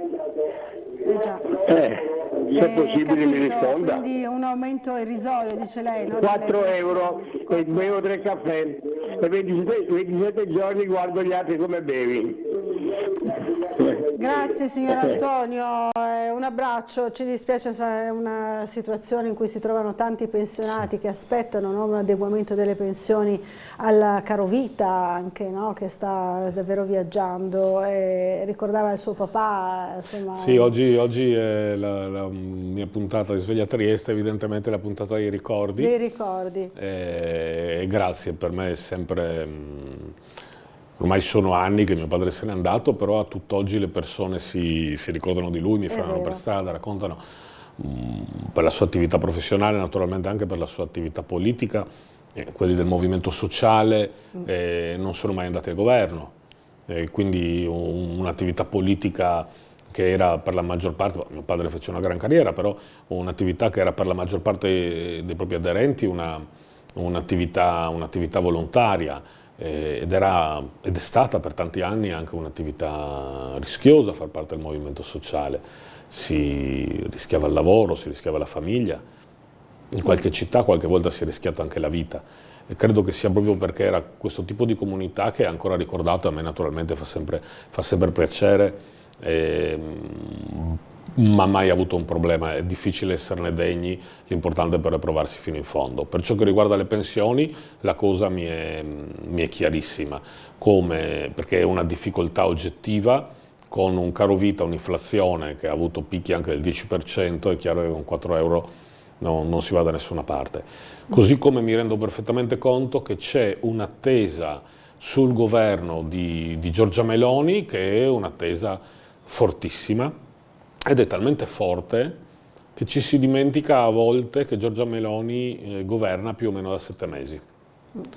È davvero difficile pensare di poter mettere mano a tutti gli enormi problemi che ci sono in questo paese in 7 mesi, fare quello che il centro-sinistra, il PD, non ha fatto negli ultimi 10 anni, perché hanno governato 9 anni su 10. Però in 7 mesi questo non è possibile. Voglio ricordare, prima il telespettatore giustamente ci ricordava la sua pensione di gennaio, voglio ricordare che Giorgia Meloni giura gli ultimi giorni di ottobre, fa il governo nella composizione più rapida della storia, la finanziaria più rapida della storia. Non era mai successo in Italia, nella Repubblica Italiana, che un nuovo governo dovesse fare una finanziaria in un mese. All'epoca, ora non ce lo ricordiamo, perché quando un problema passa poi ci si dimentica. All'epoca il grande problema per la finanziaria, che ovviamente è la finanziaria di dicembre che va a impattare sui problemi di gennaio, all'epoca il grande problema era il caro bolletta, l'enorme aumento delle bollette su gas e elettricità.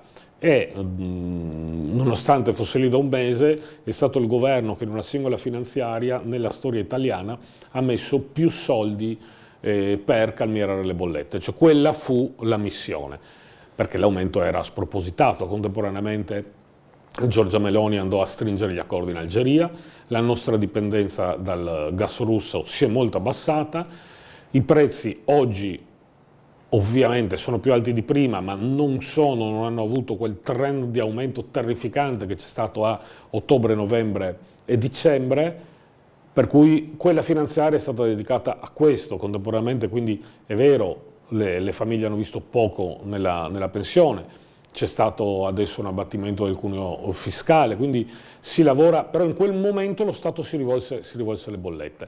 Ora, al di là del punto di vista tecnico, perché la contabilità di Stato l'abbiamo trovata, parlo come Fratelli d'Italia, in condizioni veramente disastrate. Però ecco, ripeto, noi abbiamo un programma in testa, noi abbiamo 1000 difetti, però abbiamo una parola sola.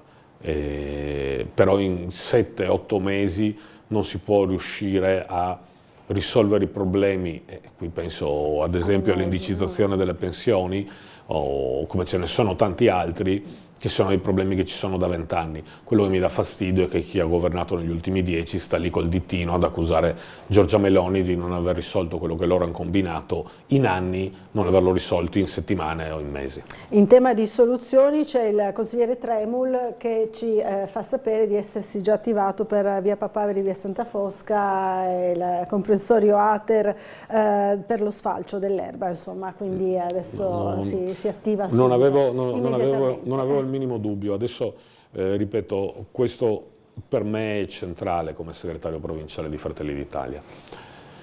Non dobbiamo montarci la testa, dobbiamo ricordarci da dove veniamo, dobbiamo ricordarci come abbiamo ottenuto determinati risultati. Io voglio ricordare che quando ci sono state le elezioni comunali in quasi tutta Italia, Trieste è stato il capoluogo di regione in cui Fratelli d'Italia come capoluogo di regione ha ottenuto il risultato più alto come comune di Trieste di tutta Italia. Siamo andati a superare persino Roma.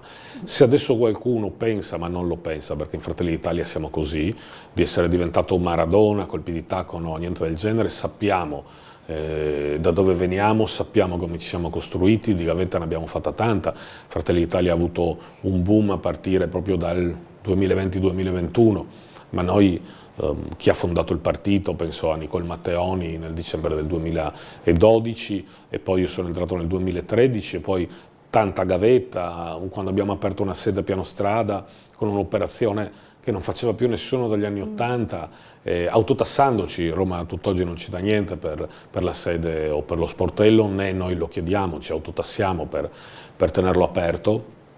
Quindi noi non ci dimentichiamo dove andiamo. Contemporaneamente, ovviamente, abbiamo costruito anche una classe dirigente che sia credibile e che si possa misurare su temi seri della città, al di là dei temi classici, e credo che lo abbiamo dimostrato con i nostri interventi sul porto, sull'extradonalità dei punti franchi, sui temi del lavoro. Adesso ho visto la giunta regionale ha chiamiamo stabilizzato, ha fissato il contributo alle aziende che fanno il welfare aziendale per i dipendenti, che è centrale per una famiglia, e voglio ricordare che era previsto per una serie di anni limitati, molti giornali ne hanno parlato, c'è stato, però ecco, nessuno si è ricordato di dire che all'epoca, ok, era il 2018, eravamo molto piccoli, ma fu un'iniziativa di Fratelli d'Italia. Riuscimmo a ritrovare 1 milione di euro proprio nel bilancio della regione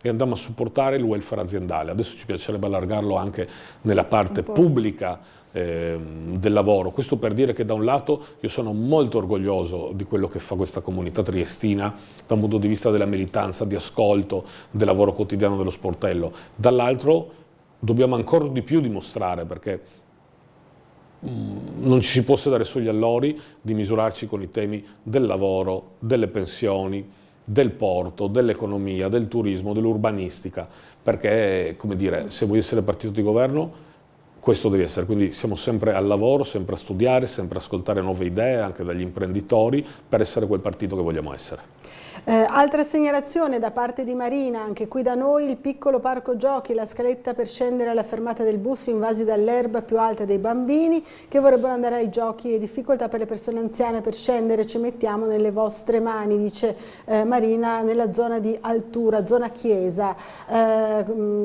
Ancora Nevio ci scrive, chiedo al consigliere Giacomelli cosa si può fare per ripristinare l'ascensore della casa Bartoli rotto da 25 anni. Sentiamo anche la telefonata. Pronto, buongiorno, chi è in linea con noi? Pronto? Sono Malvina. Buongiorno, Malvina? Sì. Buongiorno. Io volevo rispondere, intanto buongiorno a Giacomelli, a Claudio, un ricordo a Sergio che era un grande amico mio, abbiamo fatto delle bellissime esperienze assieme. Io volevo rispondere e con grandi, cioè sono restia a telefonare per vari motivi, però tutta quella gente che brontola, la Meloni non fa niente, la Meloni non fa niente, la Meloni. Io vorrei ricordare che soltanto uno ha moltiplicato i pani e i pesci nell'arco di 5 minuti. E non era candidato. 10 anni di nullità e noi, dico noi, perché voglio e sono orgoglioso di appartenere a quel partito, certo. In 7 mesi, come ha detto l'avvocato Giacomelli, dovremmo aver messo a posto tutta l'Italia. Grazie, buon lavoro a Giacomelli, buon lavoro a tutti, un abbraccio forte a tutti di Tete4. Grazie, un abbraccio a lei Malvina, grazie della telefonata, beh, insomma è una bella testimonianza. Sì, è quello che si diceva, no? L'aspettativa è moltissima. Noi veramente faremo di tutto per non deluderla. Le persone si aspettano risultati subito, non è facile. Devo dire che a me piace come si muove Giorgia Meloni, anche la serietà, e voglio ricordare anche tutto un po' il terrorismo mediatico che è stato fatto durante le elezioni per dire se viene eletta la Meloni la comunità internazionale non ci parlerà più, lo spread, saremo dei paria in Europa, tutto questo non è avvenuto, Giorgia Meloni sa stare sul piano internazionale, viene riconosciuta. Quello che è brutto è pensare che nel corso della campagna elettorale, e qua c'è la grande differenza, vedere gli esponenti di centrosinistra che vanno in Europa a fare campagna elettorale contro, per dire che se vince la Meloni succede di tutto per spostare l'elettorato italiano. Io voglio ricordare, e so che bisogna chiudere, che quando uno che noi avversavamo in tutto, come Luigi Di Maio, fu preso in giro da esponenti stranieri, noi diciamo no, fermi tutti, è ancora un ministro italiano. È un ministro della Repubblica Italiana. Però è un altro stile. È un altro stile. Allora grazie a Claudio Giacomelli per essere stato con noi, torni presto a trovarci e grazie a tutti voi che ci avete seguito. Buona giornata.